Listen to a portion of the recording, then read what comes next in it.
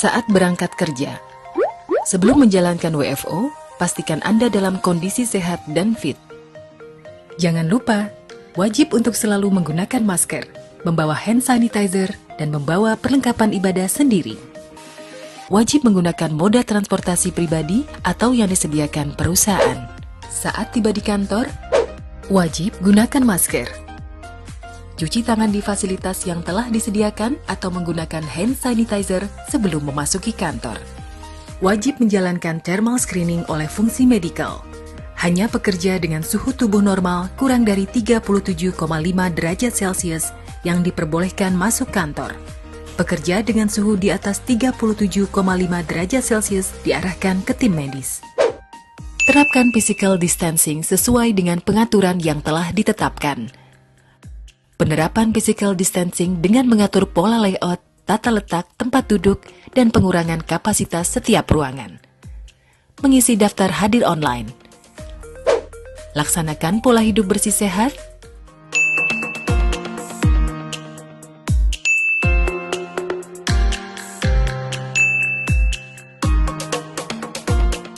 Optimalkan fasilitas e-meeting dengan M-Teams. Apabila rapat fisik tidak dapat dihindari, patuhi aturan rapat dengan pastikan jumlah peserta sesuai kapasitas physical distancing yang diatur di setiap ruang rapat. Durasi rapat maksimal 60 menit. Hindari berjabatan tangan dan kontak fisik lainnya. Untuk pekerja yang harus keluar kantor, maka wajib membawa surat tugas dari atasan dan diserahkan ke security. Selama waktu istirahat, tetap terapkan physical distancing dan hindari keramaian, termasuk penggunaan fasilitas umum lainnya seperti toilet, musola, dan ruang tunggu. Dihimbau membawa bekal makan siang dari rumah dan gunakan peralatan makan dan minum pribadi. Dilarang meninggalkan kantor untuk membeli makan siang. Apabila tidak membawa bekal, wajib memesan makanan melalui layanan delivery service yang disediakan Pertamina maupun dari provider lain dengan protokol pengambilan makanan yang ditetapkan. Saat pulang kerja, wajib gunakan masker. Terapkan physical distancing dalam mobilitas menuju rumah.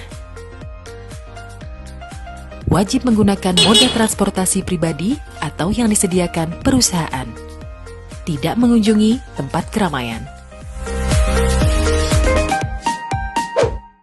Membersihkan diri sesaat tiba di rumah.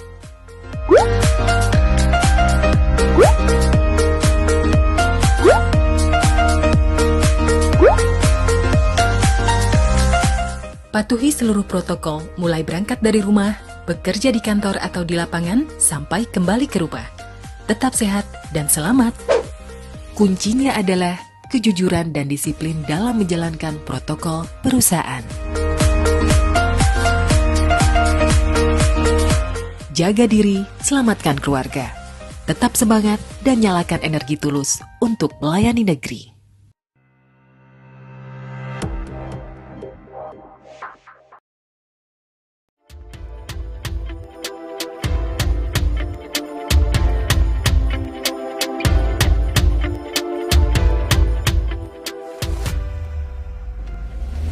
Kita mengalami kondisi yang sangat istimewa, berbeda, menantang dan kadang mengundang kekhawatiran. Namun menyerah pada keadaan bukanlah pilihan. Justru kita harus berani bangkit dan buatlah gebrakan. Tahun ini kita telah melakukan reformasi di dalam perusahaan, di dalam diri kita. Perwira adalah sebutan baru untuk para pekerja Pertamina, Pertamina Wira. Perwira yang berakhlak, tangguh dan mendunia. Adapun akhlak, core values dari BUMN, amanah, kompeten, harmonis, loyal, adaptif, dan kolaboratif.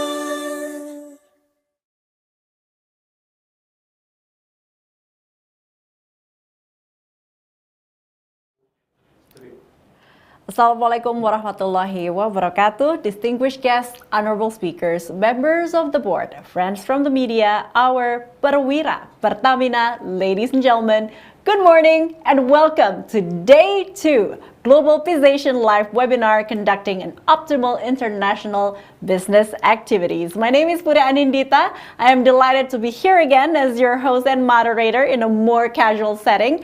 On behalf of our organizer, PT Pertamina International Shipping, I'd like to thank you for making the time and gracing today's event with your presence.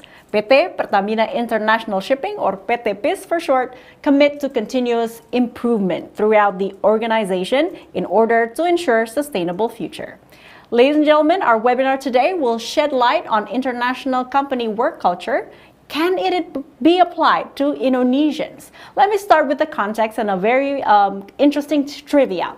In 2017, which seems like an awfully long time ago now, McKinsey estimated that 14% of the global workforce would need to learn new skills or switch jobs as a result of the way technologies such as AI and automation are transforming the workplace. More recently, the management consultancy has found that 87% of business are concerned by skills shortages.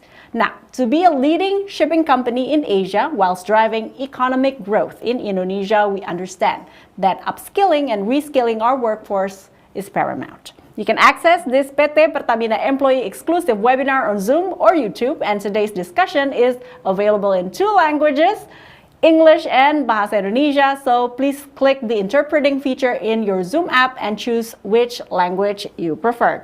Please make sure that you are using the updated version of your Zoom app. Shoot your questions, type in your questions to our Zoom chat box or YouTube comment column using the format your name underscore your function or department you're from, or the name of your media underscore your question. I'll do my best to facilitate all questions at the end of the discussion. And our webinar today consists of plenary session and 2 breakout sessions that you can choose afterwards. So right after our talk, you can opt for breakout room 1, digging deep into the topic of recognizing diversity in the work environment.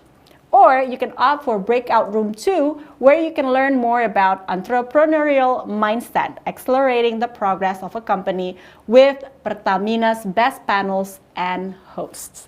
We will discuss or disclose the link soon through chat box, and make sure you take notes because 200,000 rupiahs awaits you for our quiz later. And I hope you are also feeling lucky today because at the end of this webinar, we're going to have 5 lucky draws. And see if you can bring home Sharp Air Purifier FPF30Y or Xiaomi Mi Band 5. So good luck and all the best. As for Day 2 attendance link, you can go to bit.ly/attendancepis. Make sure you fill out the form before we close the link at 10:30 sharp. So the link will be shared in our chat box or YouTube live chat.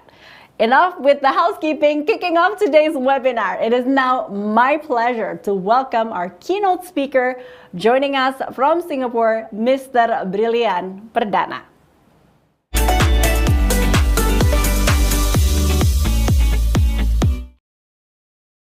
Good morning, Pak Brilian. Good morning, Puri. Good How are morning. you? Thank you for joining us today, and I hope it's okay if I address you as Mas Rian. Yes, you can. I'm very happy to be here with you and all Perwira Pertamina. Yes, lovely to have you and looking forward to what you have to say. I hand over the platform to you. Thank you very much, Puri. Assalamualaikum warahmatullahi wabarakatuh. Selamat pagi, good morning, ni hao, buongiorno, all my Perwira friends and friendship of Pertamina International Shipping. It's truly an honor and my great pleasure to be here with all of you to give a welcoming speech for this Day 2 of GlobalPISation of Pertamina International Shipping. Please let me introduce myself. My name is Brilian Perdana. I joined Pertamina since 2007, and ever since I was in shipping division of Pertamina. So I would like to extend a welcome to our distinguished speaker today, Pak Handi Kurniawan, and all of these guest speakers from the breaking out groups. Hi, Pak Handi. I'm very happy to see you here, Pak Handi. Delighted to see you, Pak Rian. Thank you, Pak. So, all Perwira friends of Pertamina and friendship of PIS, yesterday we had a very fruitful discussion about the how Pak Ivan and his team at Navanti can survive and overcome the effect of this pandemic situation from the entire world. And from the breakout room, we also learned from our speakers about the emotional intelligence, how they use this emotional intelligence to make them more successful in terms of working with their business partners. And on the other room, we also heard about how your skill set of communication is required to bring you a level up when you're working with international counterparts. And today, we're going to talk about the international work culture. How does this could apply to Indonesian, which I can say sincerely, it is possible, and of course it is proven. Like Pak Handi has been working in 7 different countries for the entire of his life, and then visited 5 continents in the world. I think we can learn a lot from Pak Handi today. And Pak Handi, I've been reading your book. I think it's very relevant with our discussion today. When I read the first pages of your book, I think my memories came back when I first joined Pertamina back in 2007, about 15 years ago. I was struggling like yourself when you first time engaged with foreign talents. We were working with a business consultant, McKinsey. They were very smart. They were very fast. They were very aggressive. And they were like, I'm sorry to say, but like a Rottweiler dog barking in my behind, like asking me to do this and do that.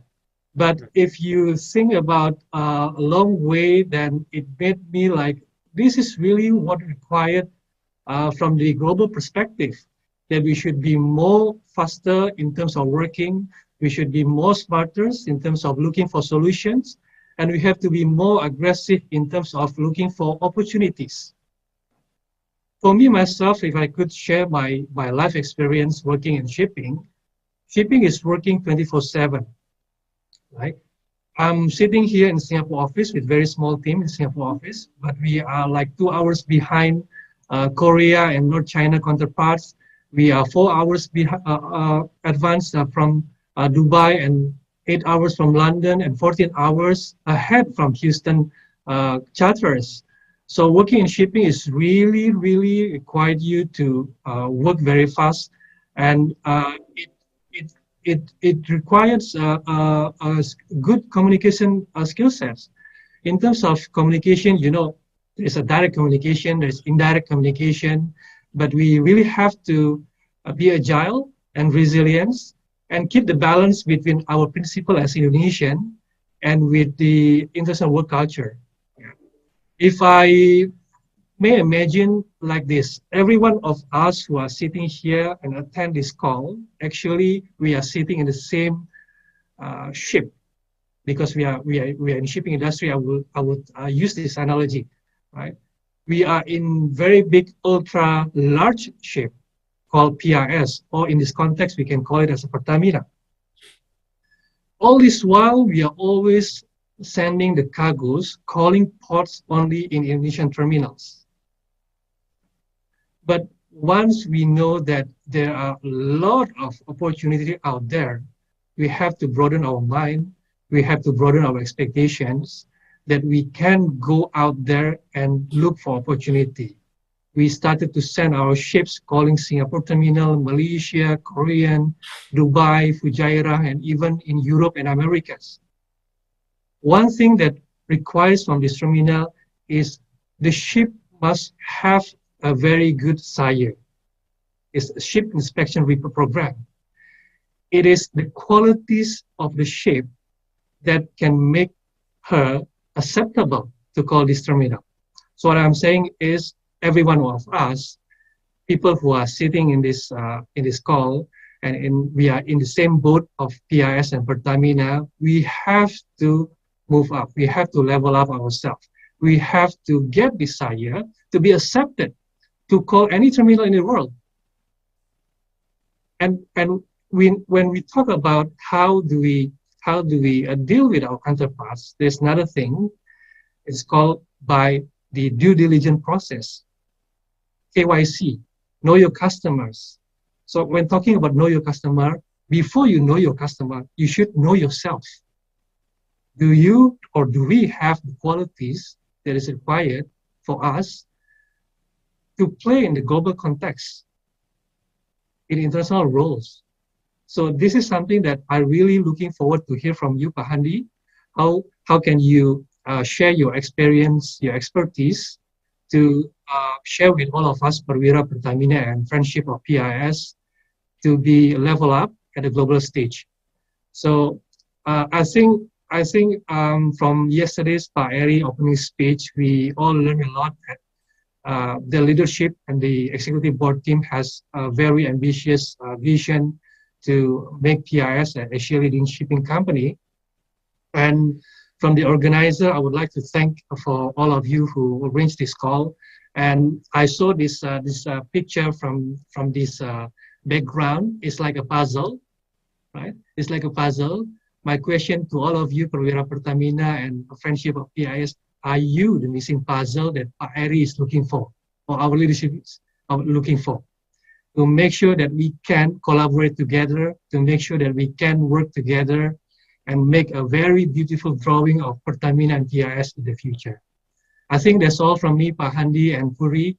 I would like to give this back to you, and I wish all of you a very good luck and a success in today's event. Thank you very much. Thank you so much, Pak Rian, for an enlightening speech, and I'm glad you touched on the importance of level up, of personal growth in your speech, and create so much awareness regarding the same.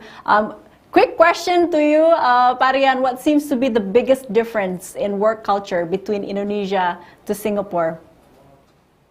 Thank you, Puri. So I've been working in Singapore for the past 5 years. So I was here for the first assignment in 2013, then back to Jakarta in 2016, then coming back here again in 2018. What I learned a lot from working overseas, I mean, globalization is not only working from overseas. Globalization meaning you can study abroad, you can talk and you can communicate with your counterparts all over the world. Yeah, you can sit in Jakarta office or wherever it is in Indonesia, but you can be a global citizen. And when you're doing this, you have to adapt quickly. You have to adapt quickly. There's a lot of changes and a lot of experience that I could share later on. But one thing that I feel like, if you want to level up yourself, you have to fight for yourself.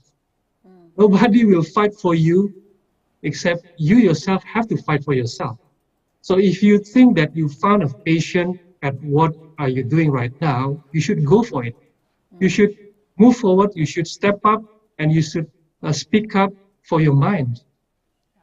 I mean, last time, like Pak Handi said in his book, silence is gold. I think now silence is no longer gold. You have to speak up. You have to be more aggressive.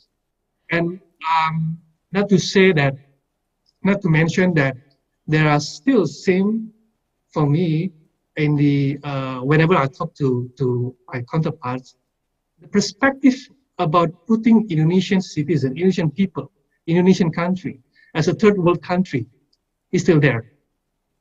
Honestly, it's still there. It is our duty and it's our obligation to change the mindset of this global citizen that we are no longer a third world country, we can move up. If you compare with Singapore, very small country, very small island, only 5 million population, no resources, no natural resources. But how come they can be very successful? It's because of their people. The government put a lot of education. They're giving a lot of opportunity to their people. So in this context of Pertamina and the company, again, I am very grateful and I'm very humbled to say that I'm so lucky that Pertamina and the company giving me this opportunity to work overseas and a lot of opportunity working with international counterparts. So I feel like it's my obligation and my duty to share this with all of you.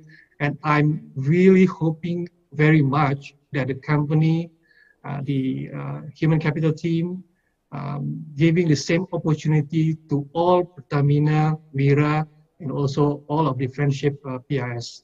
So I think we can all move together towards the ambition to become Asia leading shipping company. And one more thing, holding the name as international shipping doesn't mean that we are just sitting in Indonesian market. We have to go out and look for this international opportunity, working with international counterparts, working with international partners.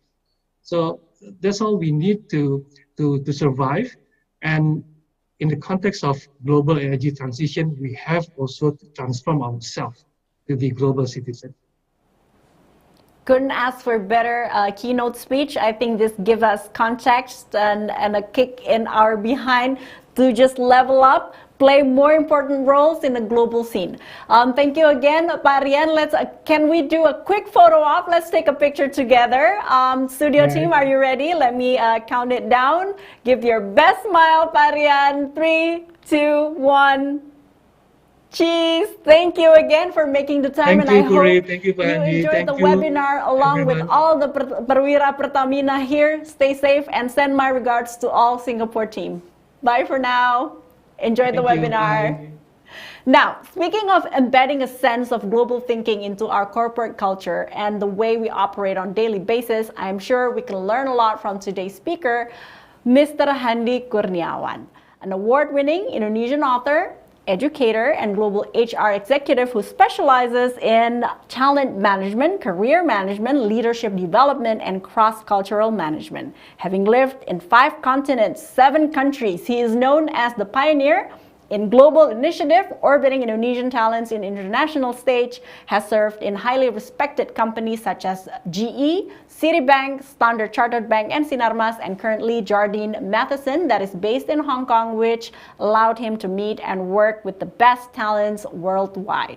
His national best-selling books, Global Career and Go Global, provide practical and effective frameworks to accelerate our international career. Please welcome Mas Handi Kurniawan.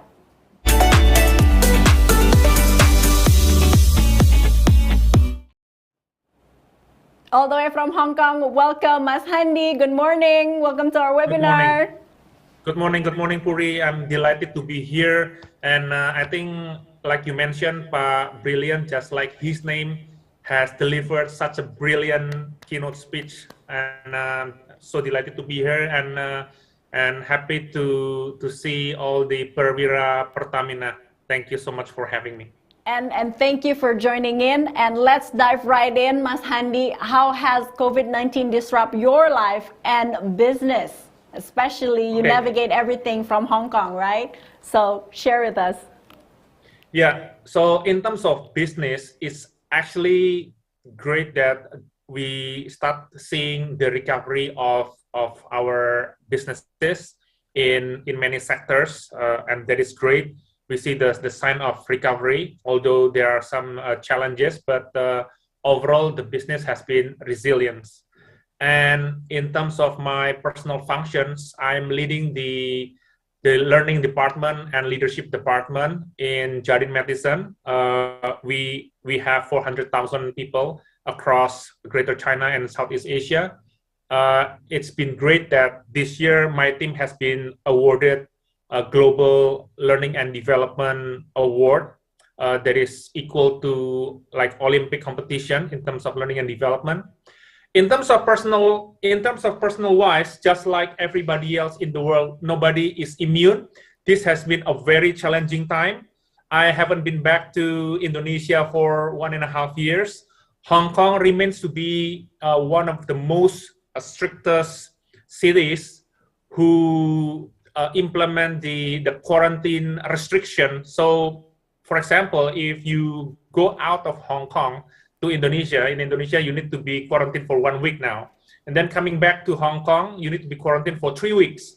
That means that if you go out of the city, 1 out of 12 months is gone. Not to mention that all hotels are fully booked. And so, yeah, Puri, I miss Indonesia. I miss the food, nasi bogana, bebek tepi sawah, so many super delicious Indonesian food. So I hope that next year will be better for all of us. Looking forward to it, but also the silver lining is because of the technology, I can see you and talk to you now, so close yet so far away. That's all I'm gonna say. But allow me to take us back to your early years, Mas Handi. You've spent most of your life in Tegal, Central Java. To be frank, not necessarily a fast-paced city. So could you take us back to your adolescence years? What life milestones you think have shaped you to be a person that you are today, especially a person with a global career and global experience? Yeah, you're right, Puri. I mean, when I first grew up around 40 years ago in Tegal and Pemalang, it was a small city, and back then there was no cheap flights, right? And nobody in my family went abroad. But since I was a kid, I always have a dream to see the world. And I got that inspiration from the desk calendar, you know, dulu a lot of calendar with a few. The one we flipped, yeah? Flip Correct. calendar. Yeah, the one that we flipped. So that inspired me a lot. Aww. And I read magazine, High magazine back then. And I was frankly an average student waktu SMP ya. When I was in junior high school, I was an average student until I had an ambition to enter high school in Salatiga, SMA Satya Wacana, that has student exchange program. Oh, okay. I thought that this will be my entry point to see other country overseas, at that time Australia. I see. So Okay. from average students, then I started study hard. In fact, from the very average student, then I become top 3 in my class. And then long story short, I was admitted into the high school, and I got into the student exchange program to Australia. And then after that, I have a healthy ambition that I want to see the world after that.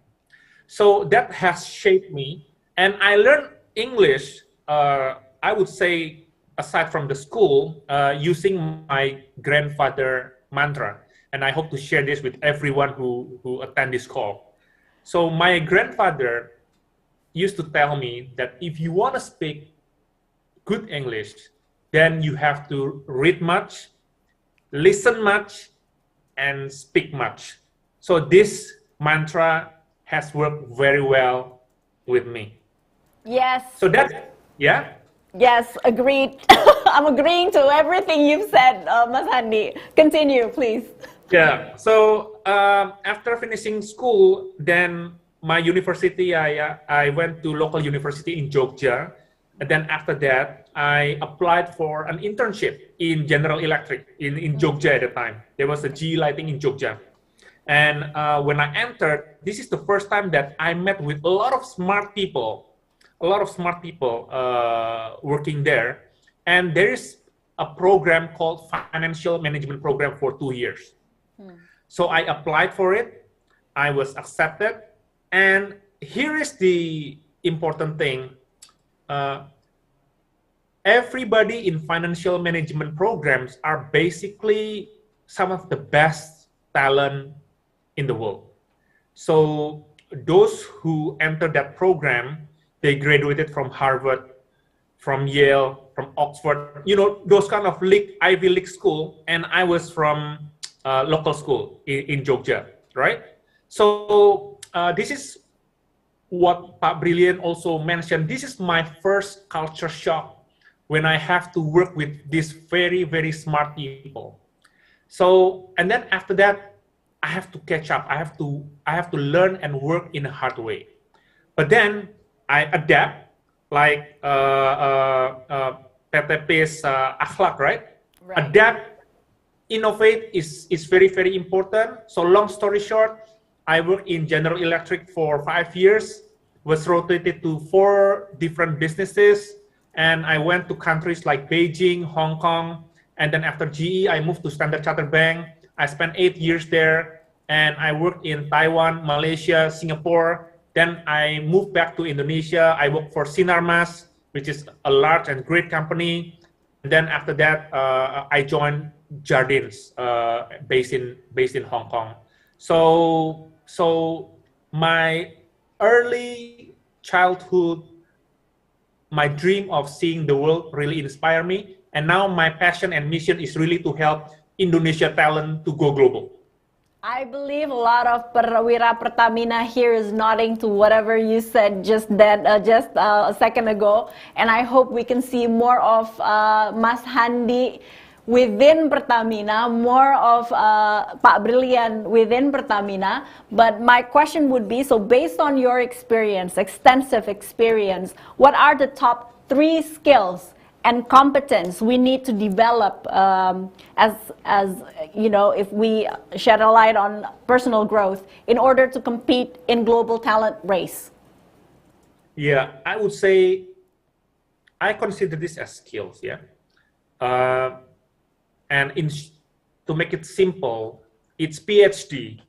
And what I mean by PhD is not the gelar, the doctor one, although not the doctorate degree, yeah. Not that one. Yeah. Okay. It is passion, hunger, and determination. Okay. If you really want to be very, very successful, passion, hunger, and determination. Passion is really something like not just you are good at, but even if you feel that you don't even have to be paid for it, you love doing it, right? Because when you love doing it, then the chance of success will be high, and then you are happy to do that sustainably. That's passion. Hunger is very important, especially when you just start your career. I totally agree with Pak Brilian that in career and in life, basically, you need to help yourself.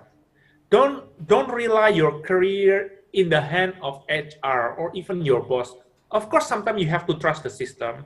You need to go with the system, right? Because especially if the system is good, that is great. But you yourself need to have hunger for success, hunger to continuously learning, and then lastly, determination. That's why I really like your values for PT or Pertamina, the akhlak you put loyalty there. I would say, what is loyalty? Loyalty not just for the company, but also for your profession, for your career, for your friends, for your family. That is really crucial. So yeah, Puri, if you want to be successful in general or at the global stage, you need to have PhD. PhD, not the doctorate program, but I understand that by now we understand the importance of education, but in the era of social media and internet, do you think the conventional way of accessing education still translates into, you know, okay, now I have graduated from my bachelor degree, I need to level up and then go for a magister or master's degree and then on to doctorate, or things are way different now in terms of accessing new skills and getting education. What's your take, Mas Handi? Yeah, let me address this in two different angles. The first one is the conventional angle, because I also come into that space, and I truly believe the value of education, right?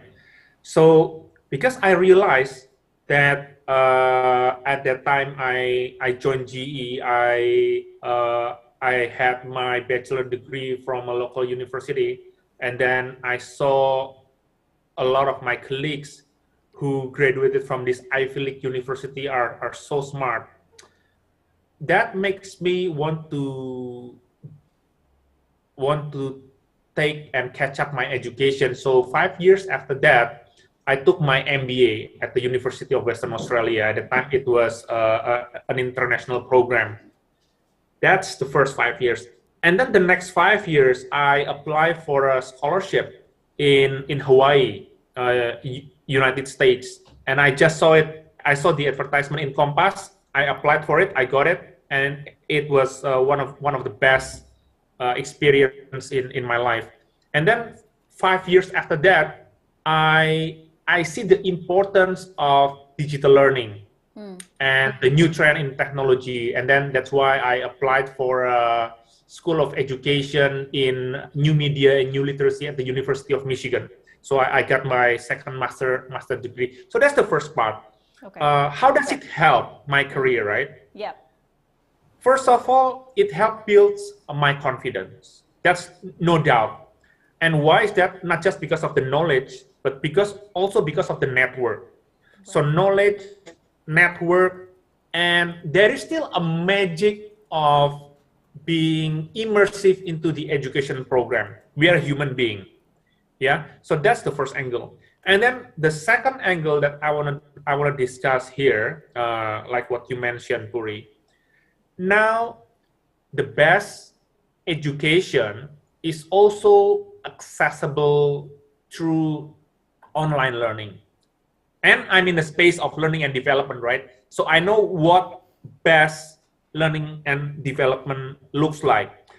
Now, a lot of top universities in the world, they cannot just rely on their professor to teach a live face-to-face, but they also collaborate with technology company to provide this education online.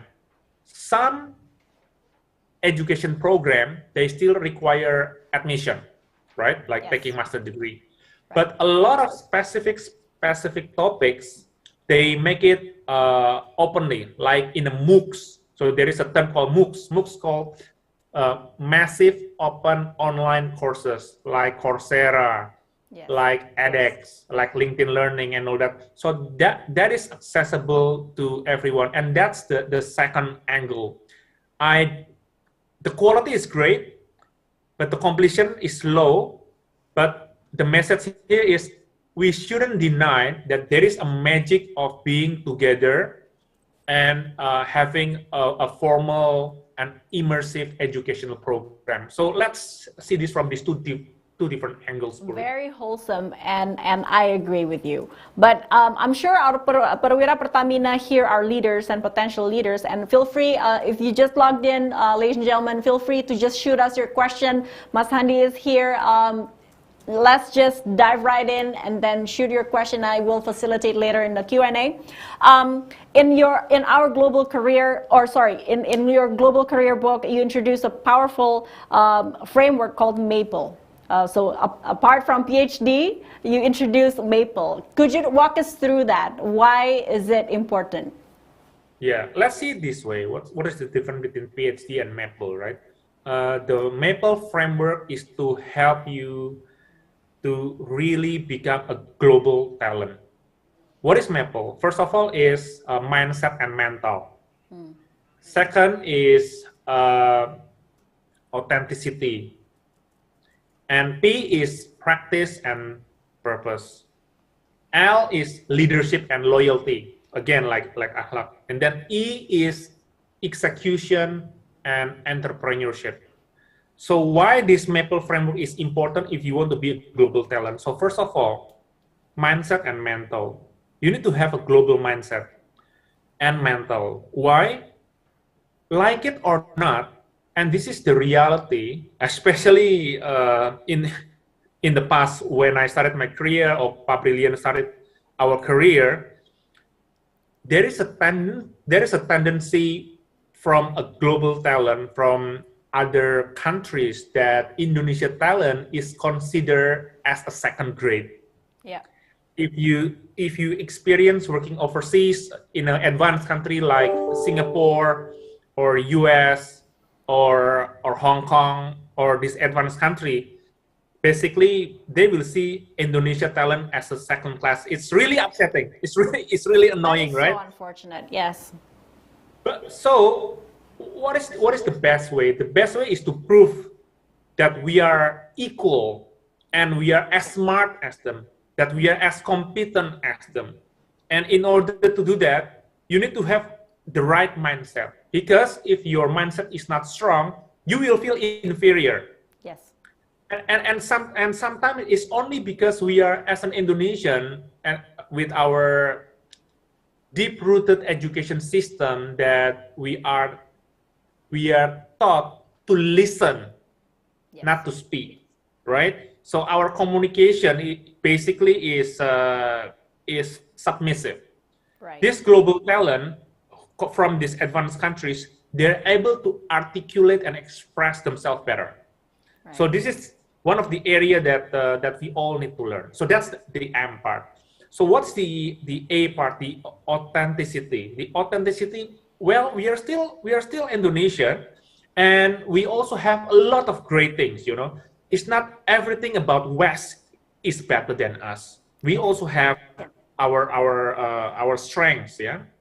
So being authentic is very, very important.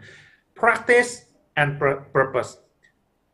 Practice in whatever you are really good at, strengthen it, and be the best. I give you example, my area of expertise in human resources, especially in learning, leadership, career, and talent, right? So I become the best in my field. That's why the demand of my expertise is high from countries all over the world, because you have expertise, and you may have different expertise. If your expertise in the shipping business, really make sure that you become the best in it. Practice it, right? I'm sure you are familiar with the 10,000 hours practice. Yes. This is a research, right? Malcolm Gladwell says it. Yes. Correct. Gladwell, and actually is first coined by a professor called Eric something before, but Malcolm makes it very, very famous. Yeah, Popular, 10,000 yes. hours. Yeah. Okay. So practice. Purpose is the thing that makes you energized all the time. If you have purpose, then you will do it over and over again. If you don't have the purpose, it is easy for you to, I take it easy, or I give up, right? Yeah. So purpose is very important. Leadership is very, very important. Everything is about leadership. Success, failure is all about leadership. It's about taking accountability. And then lastly, execution, not just talking, right? We know there are some cultures, I don't need to mention where, that is really good in talking, but low in execution. Indonesian is normally the other way around. We are good at execution, but we are not good at articulating things. So in short, this is the Maple framework, Puri, and I can talk about it for the whole day. But thank you for giving us that concise framework, Maple. Let me just recap it real quick before we move on to another question. Mindset and mental, attitude and authenticity, purpose and practice, leadership and loyalty, execution, and entrepreneurship. Okay, now let's move on to networking and personal branding. Networking, I'm sure, is more than having a hefty collection of business cards, Mas Handi. Question would be, what is the best way for us to build reputation? People now call it personal branding. We can touch on that, and have a meaningful relationships at the same time in international setting. How do we navigate that? Networking, personal branding is absolutely very important. And this is just come back to a basic human being. How can you make network and maintain your network is through trust, is through integrity. You want to be someone that can be trusted by other people. I still believe that is the number one thing. Because if you cannot be trusted, then nobody basically want to associate with you. But if you can be trusted, then people want to do something with you. You can be trusted, and people in general like to deal with people that they are familiar with. Yeah. It's just a basic human being, right? But that is the basic. And then I also believe that how to make people want to have network with you, because like it or not, you have something to offer at the table, right? The reason why you are invited to a prestigious event like this, or event or whatever, because there is something that you can offer. So again, back to the mastery, back to your niche, right? You need to be very good at something. and then you can bring this to your network, and then the other way around. Some network can be so transactional, or some network can be so real, and this is how you need to differentiate between, is this your real network or this is a transactional network.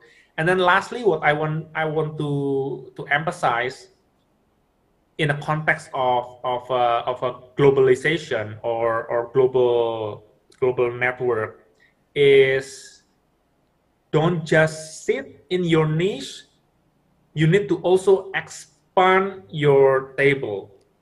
Don't just associate with people in your function, but associate with people from different disciplines, because this will enlarge your horizons. You never know when are you going to use this network. And in general, it will be helpful if you know people across different industries. That's just amazing if you have this kind of network. Thank you. Reach out, know our niche, know our expertise, bring something to the table, and then reach out. Reach out to, don't stay in our lane and then just make friends within our bubble, but reach out. Okay. Reach out is very important. Yes. Reach out and bring something to the table or solution to the table. Now let's talk about the importance of positive organizational culture, Mas. How do we make company values more than just a slogan? Having it is one thing, implementing and instilling it is another beast. So take us to what's necessary to make sure that we are all in sync. We are now moving towards the purpose. Yeah. So why I'm laughing? Because the reality is there are so many companies in the world that have amazing values, right? They put in the wall, they put in a wallpaper, laptop screen, or whatsoever. But people are basically see this as a decoration. Why? Because it's not being implemented. How to implement these values, great values that probably take consultant to make this, right? In a very expensive research and all that. So what I believe is, first of all, is leadership. Leaders create culture. That's just reality. People will see whether their leaders are really implementing the values that has been developed. If you are a leader, you have the responsibility to show to your people that the values that have been put up and agreed are being implemented. And employees see this from day-to-day basis, right? Give example. If you demand discipline from people, and then as a leader you are not disciplined, then how can people will follow, right? Yep. So that's the first thing. Leaders have to give example, and then only the values work. And then the second dimension is this. What is actually values and culture, right? Values and culture, one of the definitions that I like is what people do when nobody sees. Good one. No CCTV. What would you do? Would you do the same thing?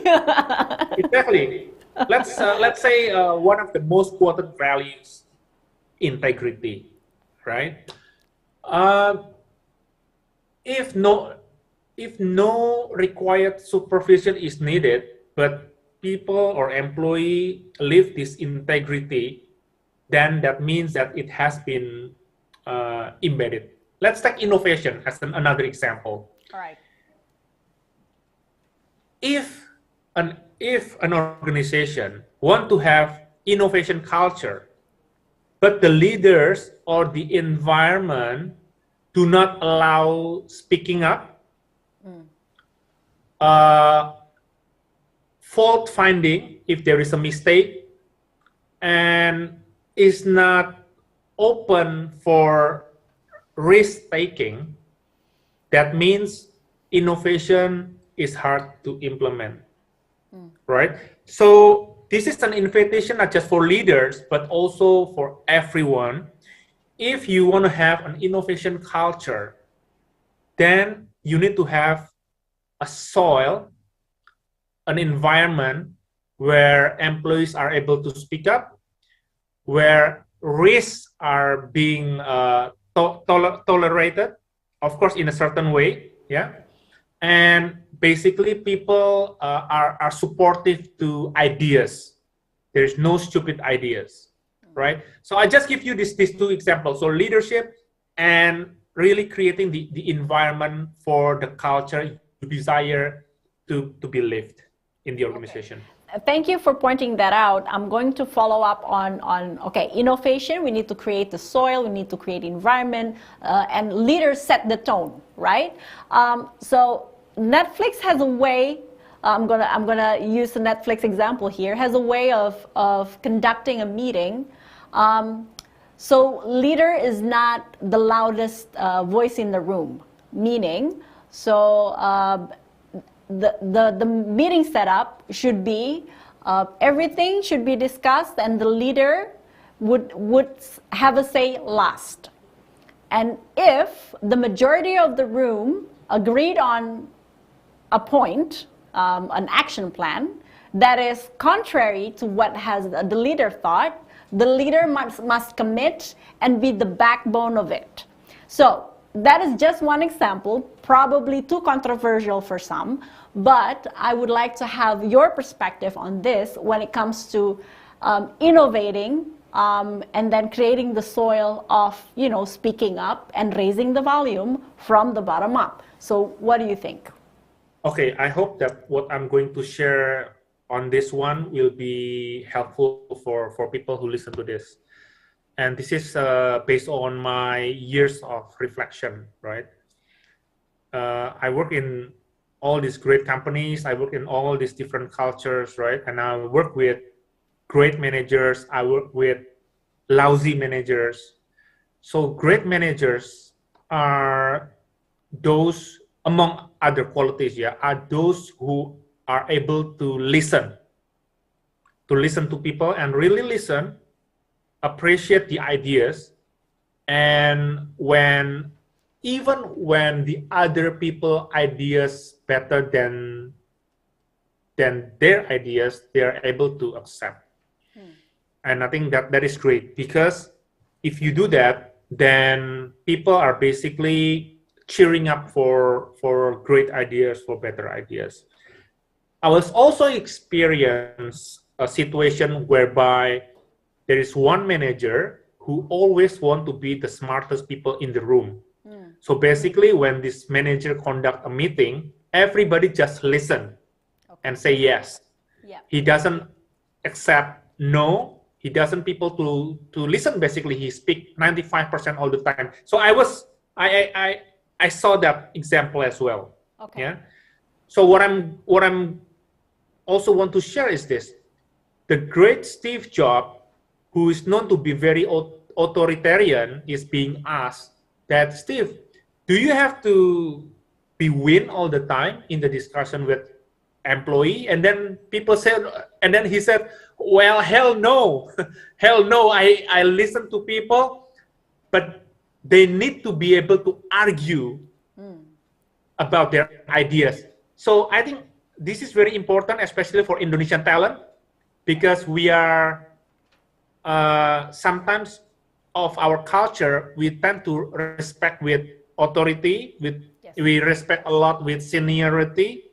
So how do you make a compelling case that your idea is actually great idea?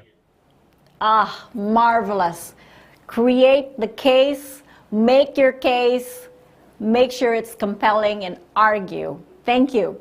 Okay, so I asked this question actually yesterday on day one to Mas Ivan, and I would like to hear your opinion on this. Millennials are now dominating managerial positions. They're now leaders, managing people coming from Generation Z. Now, what seems to be the dynamic when it comes to these two generations working together based on your experience, Mas? Yeah, that's why I got quite a lot of invitation to help to fill the gap, actually, because these millennials, they have a strong entrepreneurial mindset, and then they are really being accelerated into a leadership position where they don't have a lot of experience, right? And on the other hand, the previous generations, they value hard work and long-term tenure and all that, but sometimes they are not fast enough to embrace new ideas and the innovation, and that's why this dynamic. So I think to fill the gap is those millennials and Gen Z who have the privilege and opportunity to become a leader. I would encourage them to have an open mind. Don't think that the previous generation are stupid or less competent, because they're not. They are probably have great ideas. They are the backbone to execute important things. It's just they don't speak up, and then they think differently, right? So this is the message for the Gen Z or millennials who become the leader. And for the previous generations is to continuously adapt, continuously to have an open-minded. And if you have a younger boss, then also see the good value that these people bring. I think with this humility and open-mindedness from both generations, this can happen. Probably not easy, but it is possible. Okay, not easy, but possible. And also humility is also part of that quality that plays an important role in this dynamic. Thank you. I'm hoping to facilitate Q&A in 3 minutes, but allow me to ask one more question, Mas.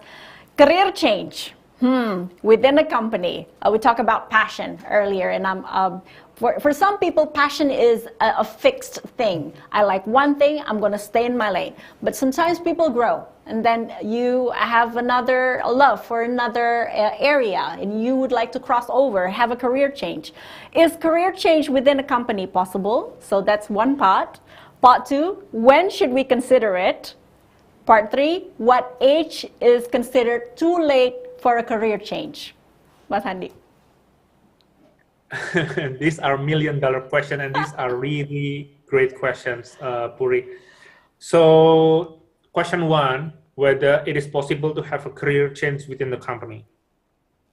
I experienced it, yeah, and I know how challenging it was to make a career shift for a couple of reasons. Number one, you are hired and you are valued because of the things that you bring in the past.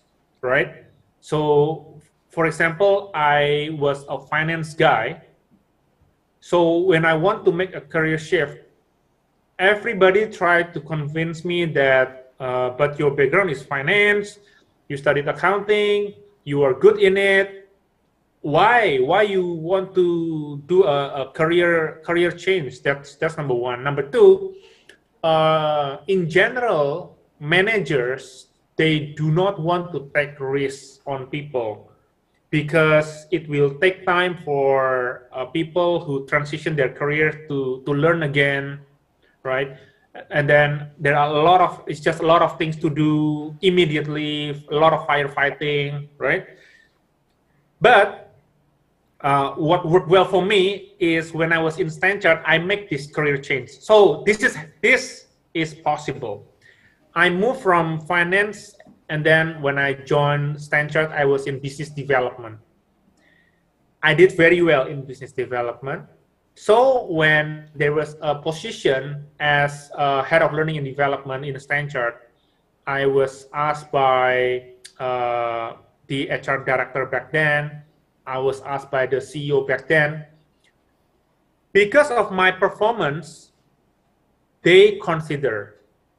Right, so I was invited by the CEO in his room, and he just asked me 2 questions, Puri. Number one, will you like the job? What's my answer? Of course, I say yes. Right? And then the question is, can you do the job? And then again, I say yes, right?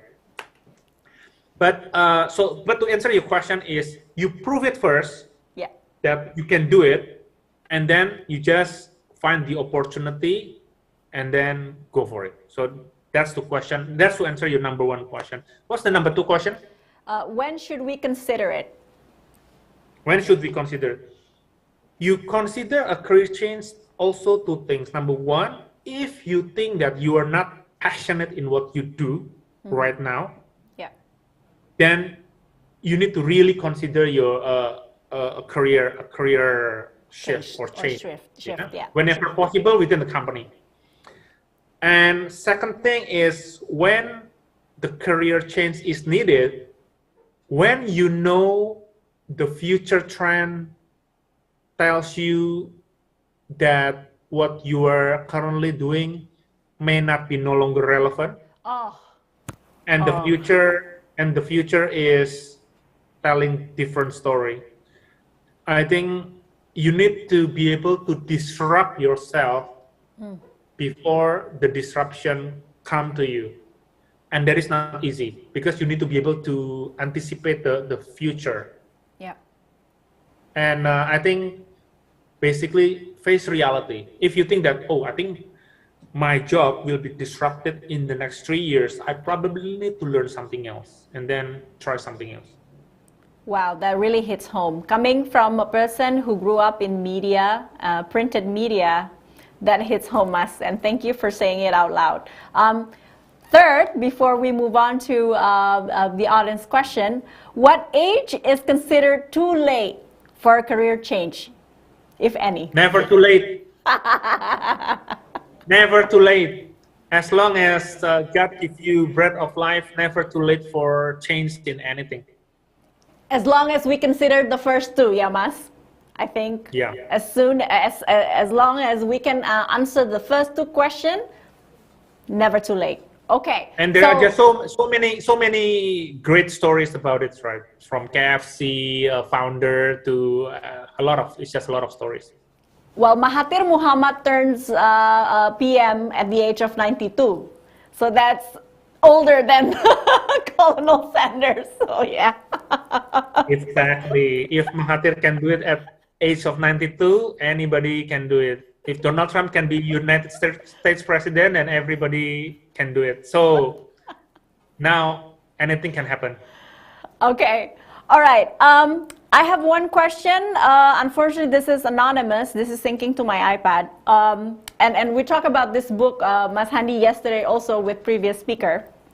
We talked about this book called Range, written by David Epstein, who argued that being a generalist will have the upper hand in today's ever-changing world compared to specialist. Do you share the same sentiment? This question about generalists and specialists comes a lot of times throughout my career. Yeah, this is what I believe.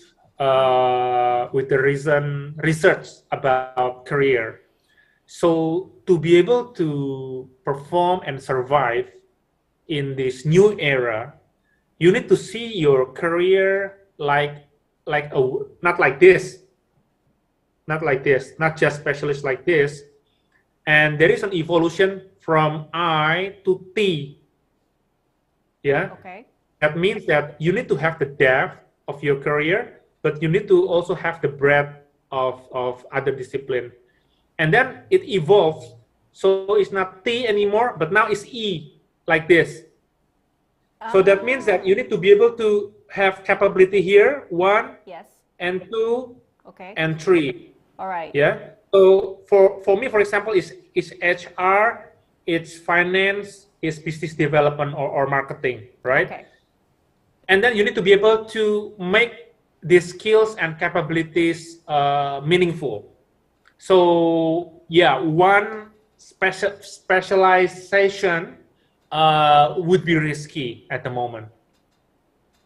Yeah.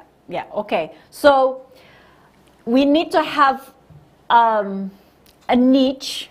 We need to know our depth, bring some expertise, but also make sure that we can cross, I don't know, is it cross industry? Is that it? or being able to, Cross-discipline, manage to bring that expertise across various industry. So I think I hope that translates it well, yeah, Mas Handi. So okay, interesting. From I transform into a T. All right. And then E. And then E. E. Because it would be nice if we can offer more than one pillar. Because just like Mas Handi, you offer 3 pillars, right? Yeah. Correct. All right. Okay. Straight from the Q&A box, Mbak Neta here is helping me to see all the questions. The next question is coming from Pak or Mas Raymond from PTPIS. Hello, Pak Handi and Pak Brilliant. As Indonesian people who work abroad and on international setting, what is, from their point of view, the foreign people point of view, what are their stereotype or their perspective on working with Indonesian employee or staff? Okay, let me be very brutal and honest here, yeah? Okay. And actually, if you want to read more, there is, I think Mokhtar Lubis say about this in his book, tentang orang Indonesia lah. You can see it's very interesting book.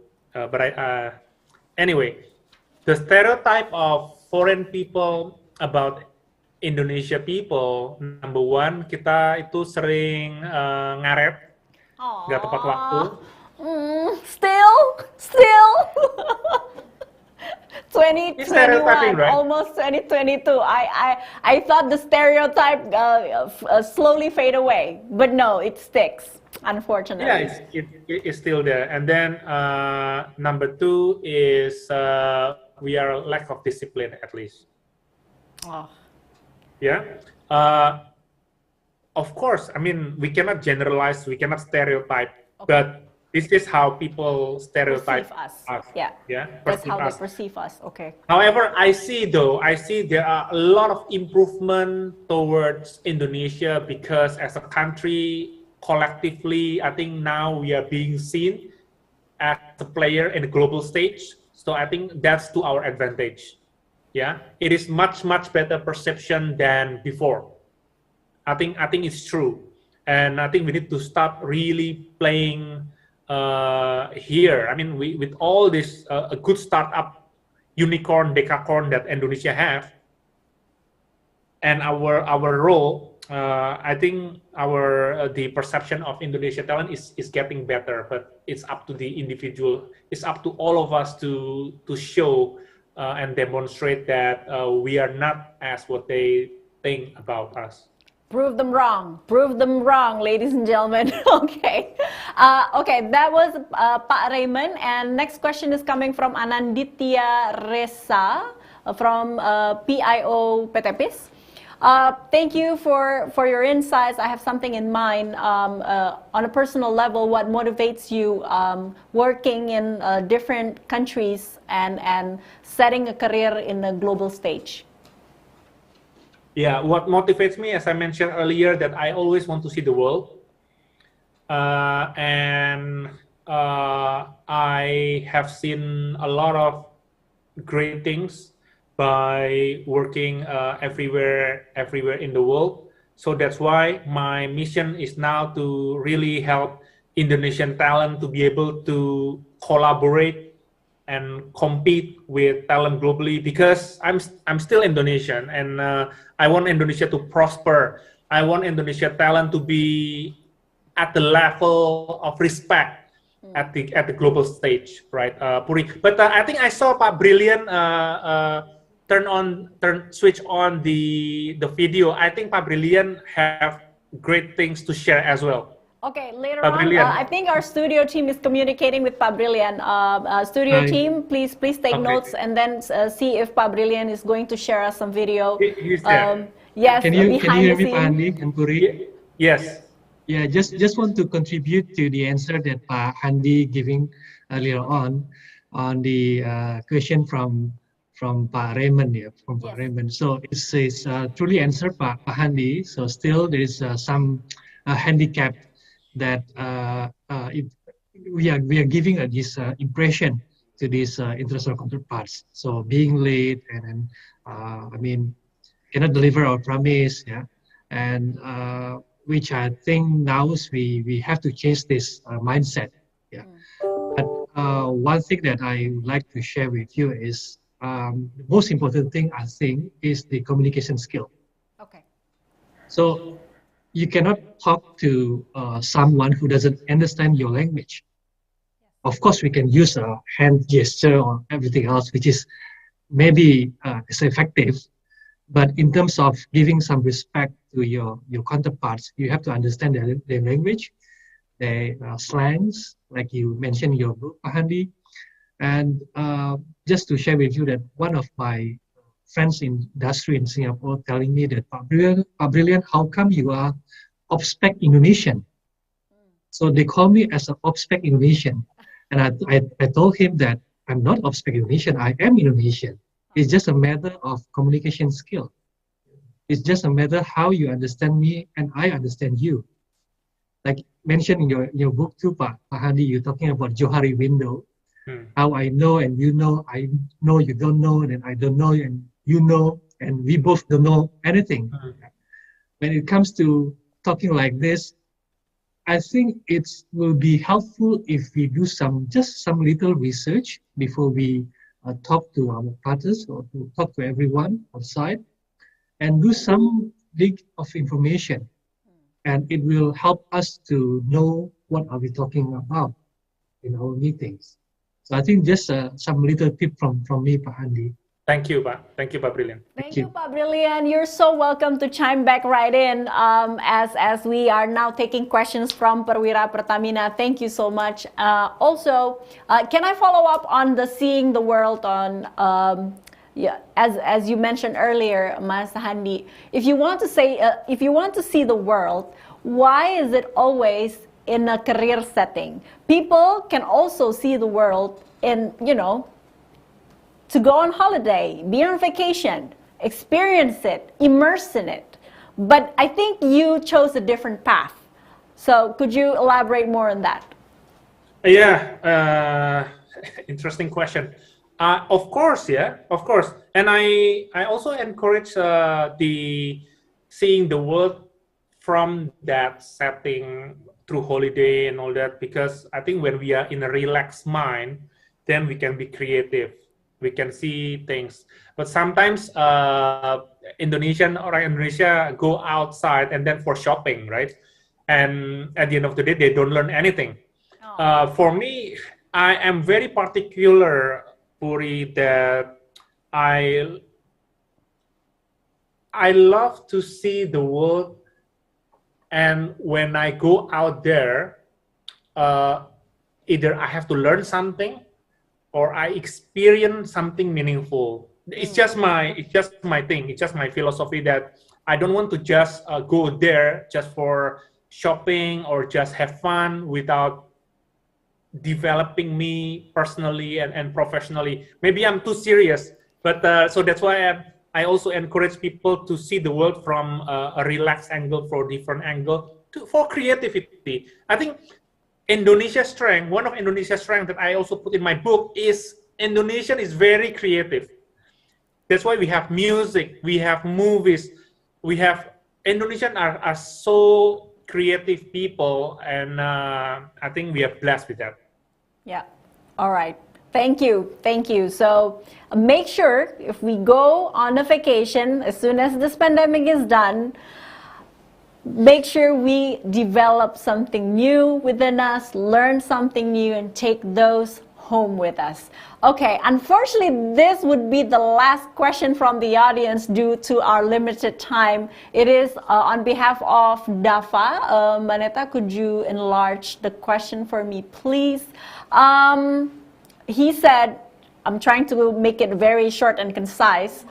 Based on your experience, is there any moment that you feel humiliated in a work setting, in an international work setting, and what have you learned from that moment?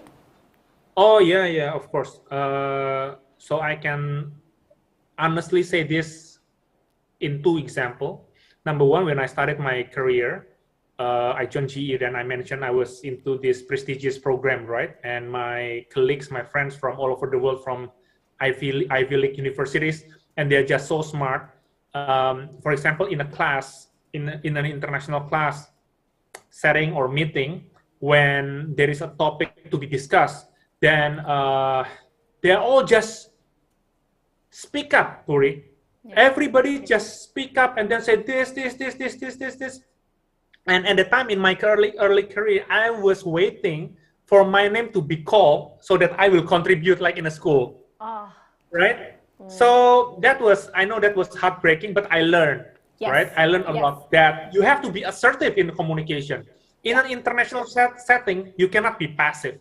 You have to be assertive. But there is a thin line between being arrogant and assertive. And then that's where you need to have the right balance. Of course, I developed this skill over time. Now I'm very, very comfortable in a world setting. So that's one example. And the second example is this. As I grew up my career ladder, right now I'm quite senior in my career right now, but still there is a glass ceiling also that some positions are really reserved for non-Indonesian for some reason, right? That's just reality. It's not that humiliated, but it motivates me to again prove that as Indonesian talent, I'm as good as you. I'm even better than you, and I will take the opportunity. So my message is to really encourage everybody that we are Indonesian talent. We are as good as global talent. Prove them wrong, and break that glass ceiling. Thank you, Mas Handi. We've learned a lot from you today. And to wrap this session up, do you mind if we do a quick photo op? Yeah, shall we do a quick photo op? Give your best smile to the camera. I'm counting down. Studio team, get ready. 3, 2, 1. Cheese! Sending the love from Jakarta to Hong Kong. Mas Handi, thank you so much. I really enjoy our conversation. I hope this will also spark an even more engaging talk in the breakout session soon for our Perwira Pertamina. Hope I get to see you again. But until then, stay safe and please send my regards to your team in Hong Kong. Bye for now. Thank you, Pak Brilian, Mas Wendy, semua Perwira Pertamina. Thank you, Pak Handi. Thank you. Thank you so much. And Perwira Pertamina, I hope you found today's talk very insightful. Don't forget to fill out the attendance form on the link that has been sent through Zoom chat and YouTube live chat. Please fill it out before 10:30 a.m. sharp. Moving right along, I'd like to hand over this platform to our incredible speakers in the breakout session, the one that you've been waiting for. In a few moments, we will have Clubhouse-like talks where you can discuss these two topics along with the speakers and hosts from Pertamina, No Boundaries. So I would like to invite you right now to go directly to your chat box, check your chat box, and see the link that we've shared with you. Click room number 1 for the topic that shed light on recognizing diversity in the work environment, or you can opt for room number 2, highlighting the topic of entrepreneurial mindset. So feel free to switch room in between or in the middle of the session. You can go in and out as you please. The Zoom link to head back to the main room afterwards will be available in the chat box as well. So enjoy your breakout session, and I will be waiting here for you back in the main room. Enjoy!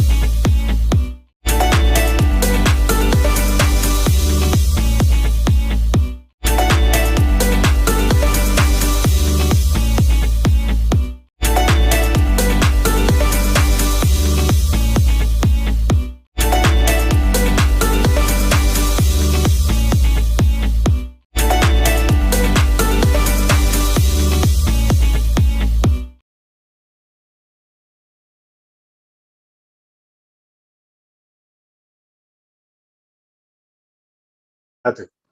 Good morning, everyone. I hope you all enjoying our plenary session with Mr. Hadi Kurniawan. Such an inspirative session for sure about the exposure and experience in international law culture. And now we are going to begin our breakout room discussion about recognizing diversity in the work environment to dig down deeper about diversity as a part of work culture. Let me introduce myself first. My name is Raka Yudaswara, Human Capital at PT Pertamina Transcontinental, subsidiary of PT Pertamina International Shipping. I'll become the moderator for this breakout session. And currently, our speakers already joined with us, and I see there are approximately 30 until 40 audience here.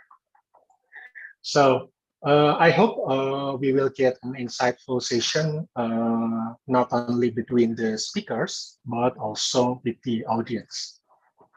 So the objective of today's discussion is about the importance of having diversity in our workplace and how to adapt through its challenge.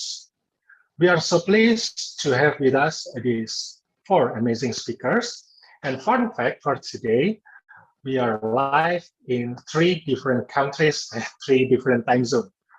So the first speaker is Mr. Shahid Rajat, expert employee relation from Pertamina.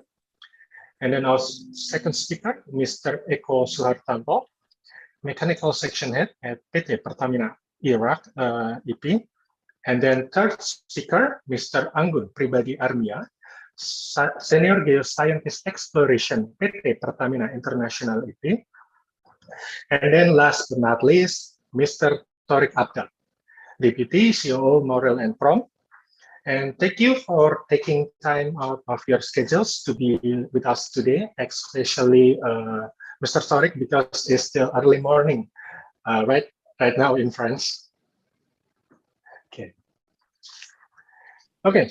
So 4 o'clock in the morning now. Yeah. Okay. Morning, Raka. Morning. So before we start our discussion, I let our speakers to introduce themselves first and explain a little about where are they right now and what are they doing.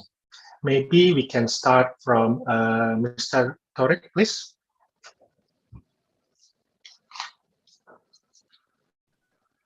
Okay, thank you, Raka. Thank you for having me.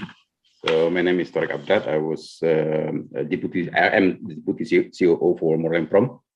I started my role in 2019, so it's almost 3 years now. I was with ARCO starting in 1998, and then working for BP until 2009. Before it was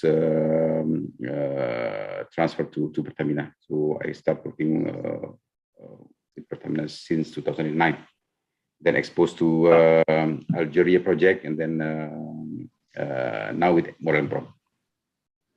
Oh, okay. Thank you, Mr. Torik. And then let's move to Mr. Anggun. Right. Good morning, Raka, and all of my colleagues, Pak Eko, Pak Torik, and also Mas Shahid. Yeah. So my name is Anggun Armia. Currently, I work as a senior geoscientist exploration for Pertamina International EP. I started my career in the oil and gas industry back in 2006. I was a field engineer for a company called Sumber Daya, if you're familiar with the name.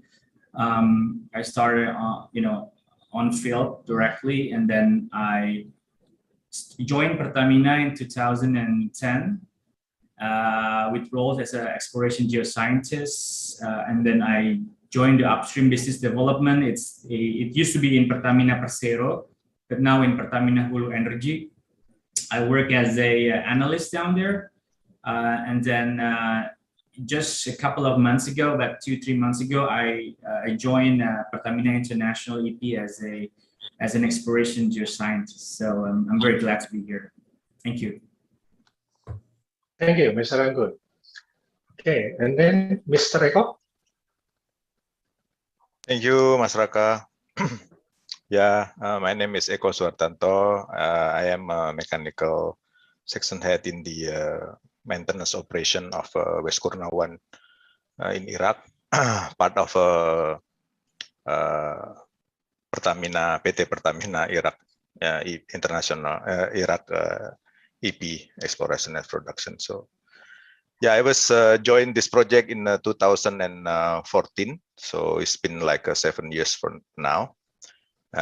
Before I was in the downstream business in the Persero at Pertamina Refinery Unit 2, Dumai. So I'm glad to be here. Thank you for this opportunity. Okay, thank you, Mr. Eko. And then Mr. Shahid, please. Thank you, Mas Raka. Good morning, everyone, and good evening from here. My name is Sahid. I joined Pertamina back then in 2010. I was an engineer before moved to the human side of the business, which is HR. And since then, I work in I'm focusing more on leadership and talent management, but now I am the employee relations expert in Pertamina Holding, and I'm focusing more on developing inclusive culture in the company. And since few years ago, I also initiated some numerous initiatives on diversity and inclusion, including the most recent is the development of Pertiwi, which is an employee community that focus on empowering our female employees, as well as to create a more inclusive and equal working environment. Thank you. Okay, thank you, Mr. Shahid. Okay, thank you all speakers for the short and sweet introduction. I hope you all in a good condition, not only physically but also mentally, because we are still facing this pandemic situation, and I hope the situation will get better soon. Okay, we'll start with the first session, and I'll start with Mr. Shahid. Okay, Mr. Shahid, graduated from Cornell School of Industrial and Labor Relations, one of the leading institutions of HR and labor relations since 1945. Okay, because you're the only speakers that have background in HR, and you are well known about diversity and inclusion aspiration at Pertamina. I have two questions for you. The first one is, can you explain what is diversity in theories? And then the second one, how did you find yourself serving in diversity at your organization, or did it find you? Sorry, can you repeat your second questions, please? Okay. How did you find yourself serving in diversity at your organization, or did it find you? Sure. Thank you so much for the questions, and to start our discussion today. So to answer questions, I think about on diversity and inclusion. Of course, we're going to ask the question, what is diversity and how is it different from inclusion? So diversity, to be simple, is something that is visible or something that is that can be easily identified. It's a characteristic that is attached into a person. For example, gender, skin color, or religions, or sexual orientations, or any characteristic really. And while inclusion is something that is more intangible. So if diversity is quite visible for you to see, inclusion is, on the other hand, is something that is intangible. It is how how people feel they are valued in the working environment. It is how they feel included in the jobs they are doing, and it's really about how they have a sense of belonging into the organizations. So we might have a good diversity in our organization, but that does not guarantee we have a good inclusion, because diversity is one thing, but creating an inclusive working environment is beyond that. And why diversity and inclusion important for our organization? First, because of many research or studies shows that diversity is not only a social issues, it's really a business issues, because with more diverse populations, the company can be more innovative, because there's a lot of perspective involved in the decision making as well as in the creative thinking that will lead into better innovations for the company, which eventually will improve the financial performance of the company. And also it's a good for retention, because if people feel included, of course they are less likely to move to another organizations, and that's a good news for, especially for HR, because we do not need to recruit new people and developing them again. And why then I am involved in diversity and inclusion initiatives? Simply because I believe that that is the best for the company, and it is very important for our company to understand the importance of diversity and inclusions. And also I'll say the lack of awareness is still exists, not only in general populations in the company, but also in the leadership level, because not many people really, or not many, not all our leaders understand the importance of the diversity and inclusion for the business. So that's really my motivations to involve and to initiate some movement or some initiative on related to diversity and inclusions. Okay, thank you, Mr. Syed. So one thing that I want to highlight that is diversity and inclusion is a package, that cannot be separated, and it will make our company give higher productivity and make the employee more engaged to their company. So, okay, and we will talk about the detail later, but I'll move to Mr. Eko first. Okay, Mr. Eko, you started your career at Jumai and worked there for about 22 years. And in 2019, you've been assigned to Iraq. Can you share your experience that might challenge you in day-to-day work, especially based on how you handle diversity or maybe culture shock when you're assigned as section head in Iraq? Yes, thank you. Thank you, Mas Raka. Thank you for having me here, and thank you for this opportunity. Yeah, before I start, I would like to share about what is our organization there.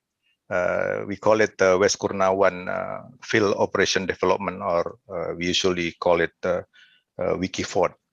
This is a very unique organization there that consists of 5 affiliates, including ExxonMobil, PetroChina, Pertamina, Itochu, and BOC itself. And then in some level, like a section head level, position is filled by 2 personnel. So every decision need to be agree on both sides. me and my counterpart need to be agree on something. If not, and then this is not going to work. So that's the really challenge there. But with that, all this organization, the workers is also came from around the world. This environment right now, I believe we create our own culture in West Kurnawan.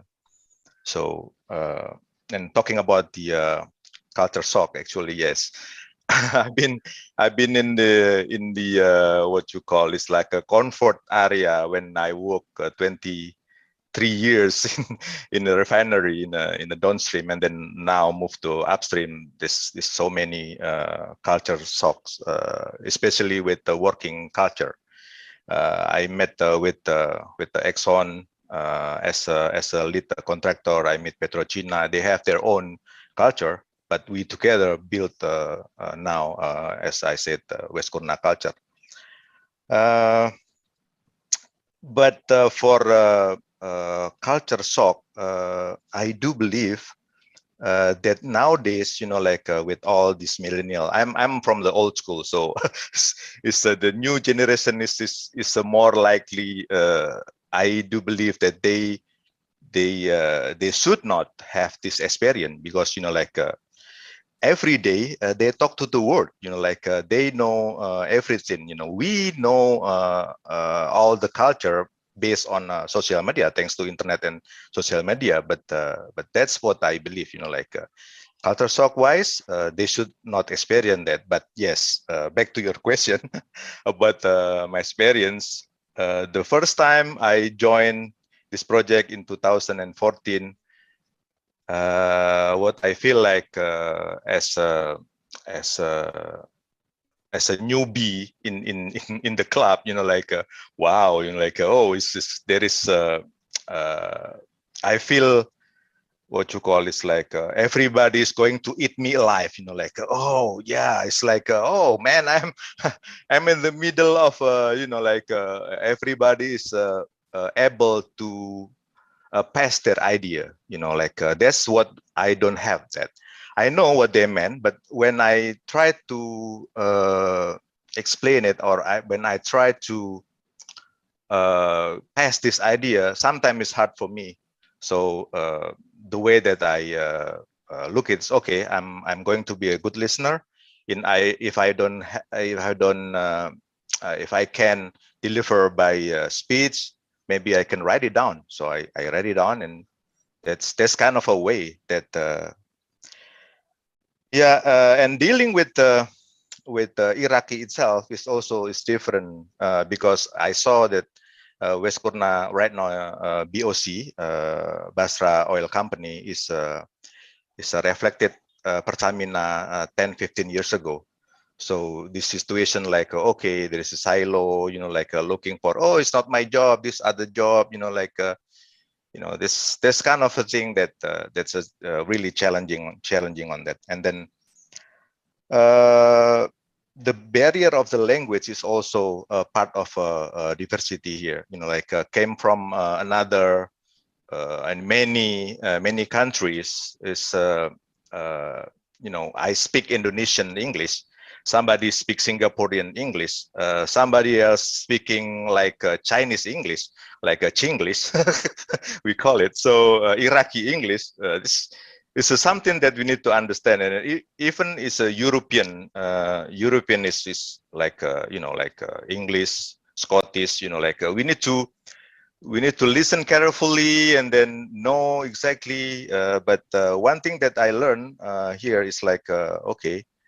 Don't hesitate to ask. Don't hesitate to what you call it's get more information on what information that you get, because sometimes there is what we call is a loss in translation. There's something else, and then we understand something different. So that's kind of a thing. Yeah, I think that's what I can share, and then probably we can talk about it more. Thank you. Okay. Thank you, Mr. Eko. Okay. Thank you, Mr. Eko.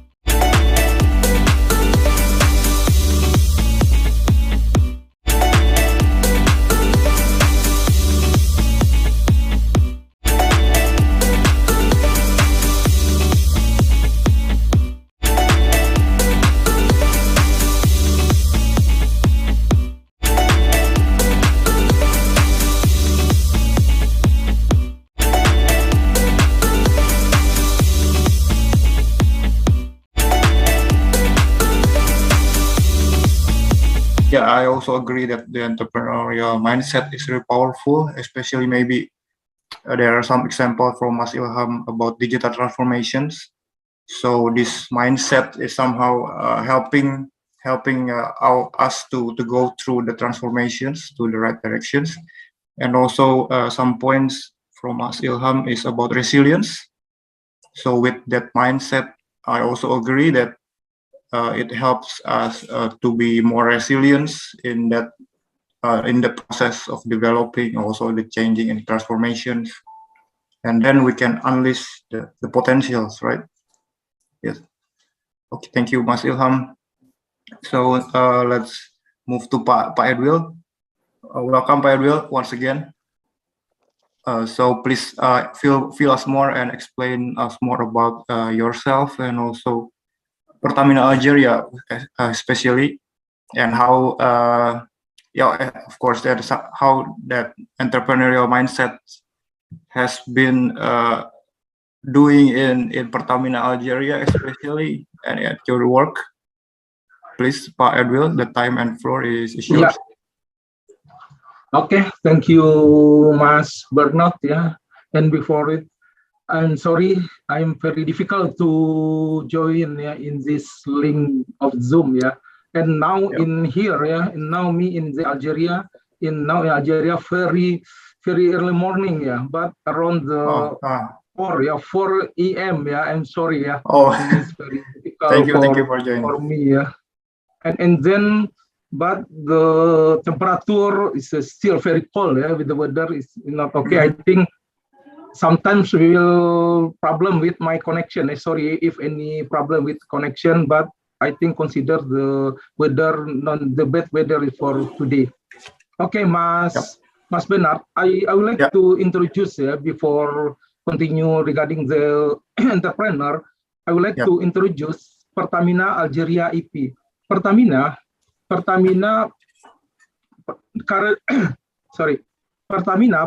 exists in Algeria starting around the 2012, around the 8 years ago. But in Algeria, Pertamina have 3 fields, 3 upstream fields, consist of the MLN. In MLN, Pertamina is the operator with the partner international oil company Repsol, and also Pertamina have 2 fields as the non-operator asset. Especially for the non-operator asset, Pertamina have the partner like the IOC, like the Anadarko or Occidental, Total, and also ENI and Repsol. Especially for the MLN, currently Pertamina develop our field to increase our production. And this year, Pertamina already complete and start up the first project of the Pertamina in overseas.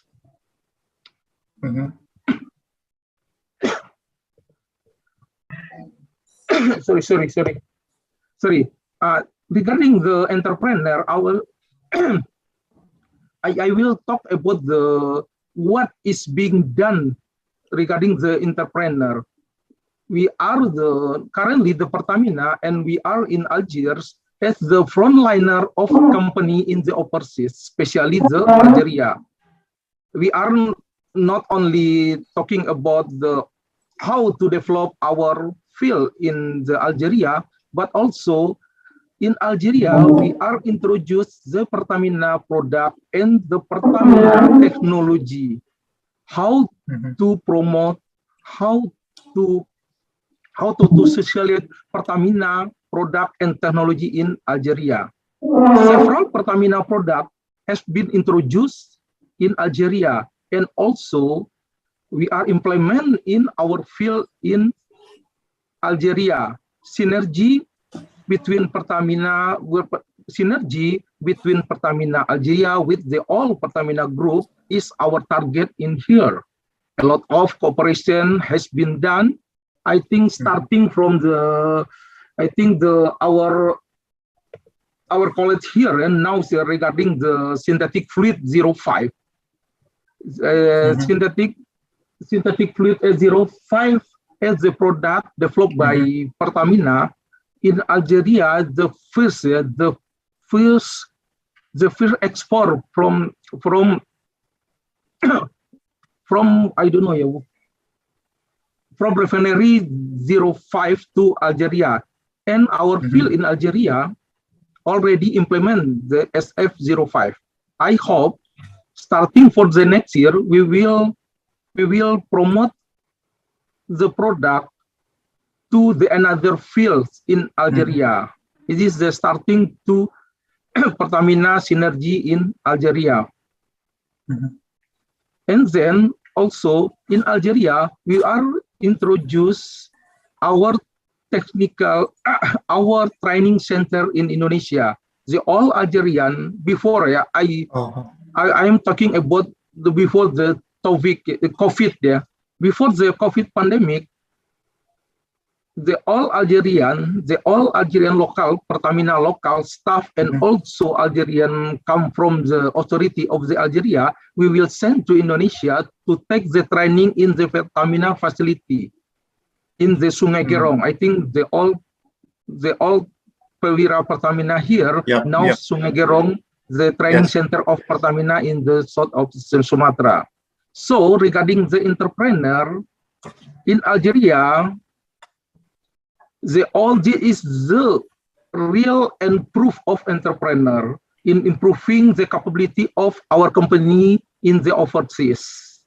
This is in line with our company vision to become as a world-class energy company. Okay, thank you, Bernard. Yep, thank you, Pak Edwil. I think no good there. I think no good signal in here. Sorry. No. Okay. I'm hearing well here. Thank you, Pak Edwil. It is good. Yeah, the sound is good. There's no problem. So yeah, I think it's very unique from Pak Edwil because it's very challenging because you have to represent Pertamina, you have to like promote and you have to convince all of the Algerian and all of the stakeholders in Algeria to believe in the product and also the technology that Pertamina is using.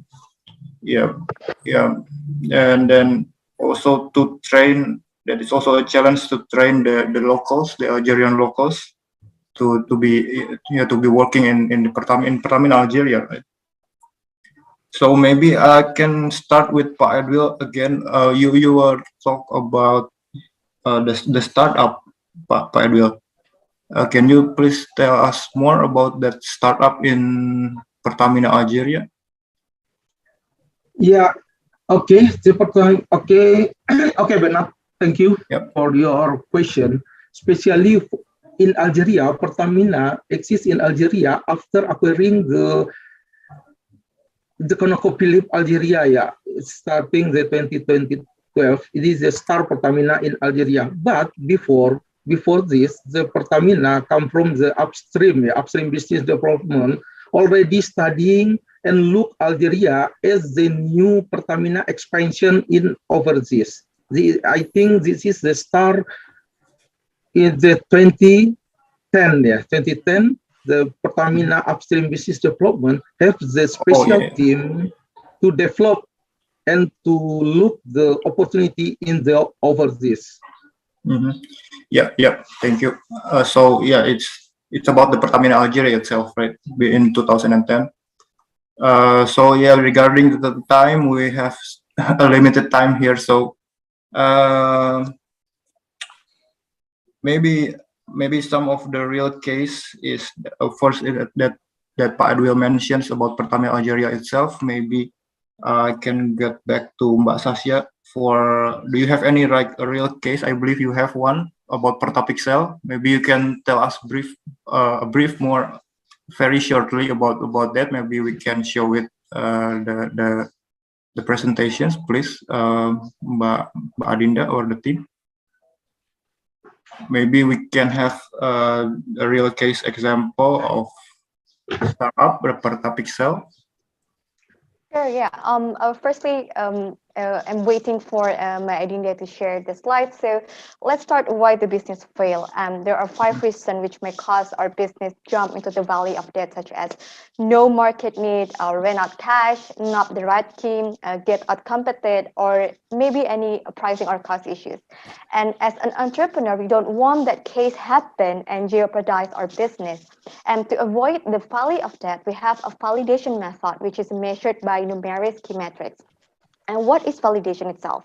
So validations is a process of learning and testing assumptions of ideas or product gradually measurable and actionable to deliver product which then later acknowledged by the customer or the market. And it is essential because, as I mentioned before, that we face or we have to deal with a high uncertainty. And when we have to shift into a new business, we may face several challenging conditions such as no market, no customers, no regulations, and also no infrastructures. And this theme is what we implement in New Venture because we believe that business innovations need to be validated due to limited resources and to manage failure, which later can help the company to grow. So we follow the startup development phases, which is ranging from customer validations to find problem solutions to market validations to achieve product market fit. And then one of the real case, maybe you can jump into the slide. I forget the number. Maybe you can jump into slide number 5. Mbak Adinda or the team. Yeah, that slide. So one of the real case where we implement this entrepreneurship method is when we want to commercialize unmanned aerial vehicle, or you may call it drone, as a photogrammetry service for aerial mapping and also facility monitoring.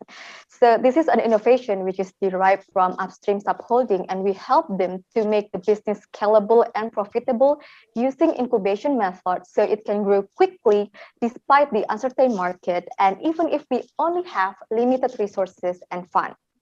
And the next slide, please. Yeah, and when we reach out the customer, we find out that the most companies are struggling with conventional methods, with their time and cost inefficiency, high-risk operations, and also inconsistent data. Therefore, this is the problem. And they are reluctant to do the area mapping and facility monitoring because of that problem. However, this area mapping and also monitoring facility is benefits for the company in order to get asset valuations or asset inventory, or maybe help you to do project planning or engineering design, facility inspection, and also hazard mitigation. Therefore, the engineers from Upstream Innovations come up with the solutions to use drone to conduct mapping and also monitoring services. And we collaborate with them to develop the business using Pertapixel brand. It provides high quality output with 94% more cost effective, safer, and also 95 times faster to cover wider area mapping and also monitoring. The incubation period itself starts from April to October, as you can see on the slide, with a very minimum budget and resources. So it's very fast. Yep. The method proved that by doing this entrepreneur scheme, we could operate the new business in an effective and also efficient way. We did all of the validation steps ranging from customer validations to market validations. And now the project has already generated revenue for the company. And we deployed the scale up stage to Pelita Air Service as one of Pertamina's business arms, which has portfolio in flight services. Yep. Yeah, this is a really good example for Pertamina. Is a really good project also for Pertapixel. Really amazed for the products. But yeah, however, I would like also to know from Mas Ilham, maybe with this entrepreneurial mindsets and also these entrepreneurship projects like Pertapixel and also Pertamina Algeria itself. Maybe we should consider maybe the big deal is in the financing, like Mbak Sasya said that the valley of debt is somehow also related to finance, and I just would like to know about what may be the factors or characteristics they may be important or to help the entrepreneurships and to help the projects also and also the startups to survive and grow. at the end. Mas Ilham? Okay, regarding to your question about how a startup could survive and success, I think the important thing is the network. The startup in the company. I think the network is very important because we need a network, because a startup, a system, a business process is not involve our division, but also the other division. So creating a network between our division, between yourself and your peers or the other people from other division, it is very important. So when you create a startup, when I started my POPI project, the PGN paperless online payment project that changed all the payment system in PGN, it is how I created is I have great networking with the other people, with the user itself. So in order to create a networking, you have to listen to the user, what the user wants. If the user have a difficulties, you have to help them. So by listening to user, listen to your customers and absorb their inputs to your system, to your startup, and create and upgrade your startup, upgrade your system, so it can make them feel comfortable to use the startup itself. So it can boost the performance of your startup, because the user know more about the input, the bug, and also the difficulties using the startup. I mean the system improvement that you create in your company. So I think creating network and listen to your customer, your users, and then have a support from your managers, your supervisor. That's the important thing to develop startup in your organization, your internal startup or internal improvement, or digital transformation in your organization. Yeah, that's nice. So it's all about the main factors is to have the attentions on the network, to focus on the customers, on the users, to be able to survive, and also to have like the management support, also to as a factor to survive in this startup development. So how do you think, Pak Edwil, about the startup, the factors that help startups in growing, or for the entrepreneurship itself to grow? Do you agree with Mas Ilham, or will you add something on it? Please, Pak Edwil. Yes. So regarding this, yes, Pak Bernard, it is the main facts regarding the startup. I would like to the first, the networking is very much in the overseas. For the example, now in Algeria, Pertamina make the integrated partnership cooperation with the state national oil company in Algeria, Sonatra. So in the cooperation, Pertamina not only talking about our main business in Algeria upstream, but also we are talking about the marketing and trading. We are talking about the another subholding like the new energy, and also Pertamina now already discussed with the Sonatra to create the new technology. But Pertamina, we will start to reset together with the Sonatra team. This is very important for our company to grow in overseas. If you have the technology, they all very easy to introduce your company, your capability company in the overseas. This is the main facts in Algeria, for the example. And then in Algeria, if the Pertamina develop the one technology in Indonesia, we will bring to the Algeria to implement in our field. The first we implement in our field. After this, after the success we implement in our field, we will go to to promote to the authority. After I got the approval from the authority, we will go to the another field to promote our technology. And like the before, me already talking about the synthetic fluid 05 already implement in Algeria, and then in Algeria we are already implement the new technology come from the research technology of the Pertamina passive seismic. In passive seismic, the first technology in the Sahara Africa, not only Algeria but the Sahara. The result of the technology, passive seismic, Pertamina got the positive result from authority, from our partner. This is very critical and important to company to grow in the overseas. I hope, hopefully after this, the authority and our partner don't look the Pertamina as the investor, but also look the Pertamina can bring the technology from Indonesia to Algeria to look your capability, the Pertamina employ capability in the Algeria. Yep. Yeah, it's so good, Pak Edwil. Yeah, so I believe networks is an important aspect then, which is also not only for the internal network, but also to maybe to convince Pak Edwil to the other fields and also to the authority in order to make it survive, in order to introduce a new technology, or in order to be able to that project to be survive and grow.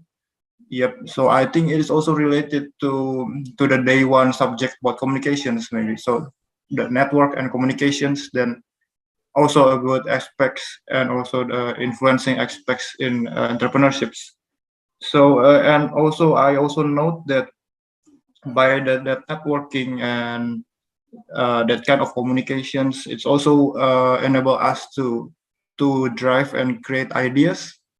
I think it's related to what Mbak Sasya has already said about how entrepreneurships can create a sustainable idea. Before,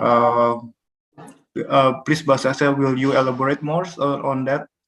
How the entrepreneurships with the ideas, and what shall we do and don'ts for to that in that entrepreneurial mindsets? Please, Mbak Sasya. Sure, yeah, thank you. So adding some color to what Mas Ilham said and Pak Edwil said, maybe I will complement those things with what's do and don'ts to make entrepreneurship scheme become a sustainable business or idea in the futures. So first of all, so the first one of what we should do when we're doing entrepreneurship is find a clear problem. So in order to make the idea become a sustainable business, you have to find the sustainable, find a clear problem itself from the customers. So complementing what Mas Ilham said, to listen to the customer and also understanding their feedback, it always become the greatest core on how you will build your business. So this is the key factors that will enable you to survive your business. So focus on the problem by having discussion with customer, and then create the solution after you find a clear problem which can solve the customer pain point. Because when you do not know the problem and then you jump into the solutions, you cannot make the business sustainable. So that is the first part. And then the second part is adopt, build, measure, learn, feedback principle. This is the central principle of entrepreneurship. So this is kind of a feedback loop principle. In practice, this model involves a cycle of testing and creating hypotheses by building something small for potential customer to try, and then measuring their reactions and learning from the results. So the aim is to continuously improve your offering so that you eventually know what your customers want.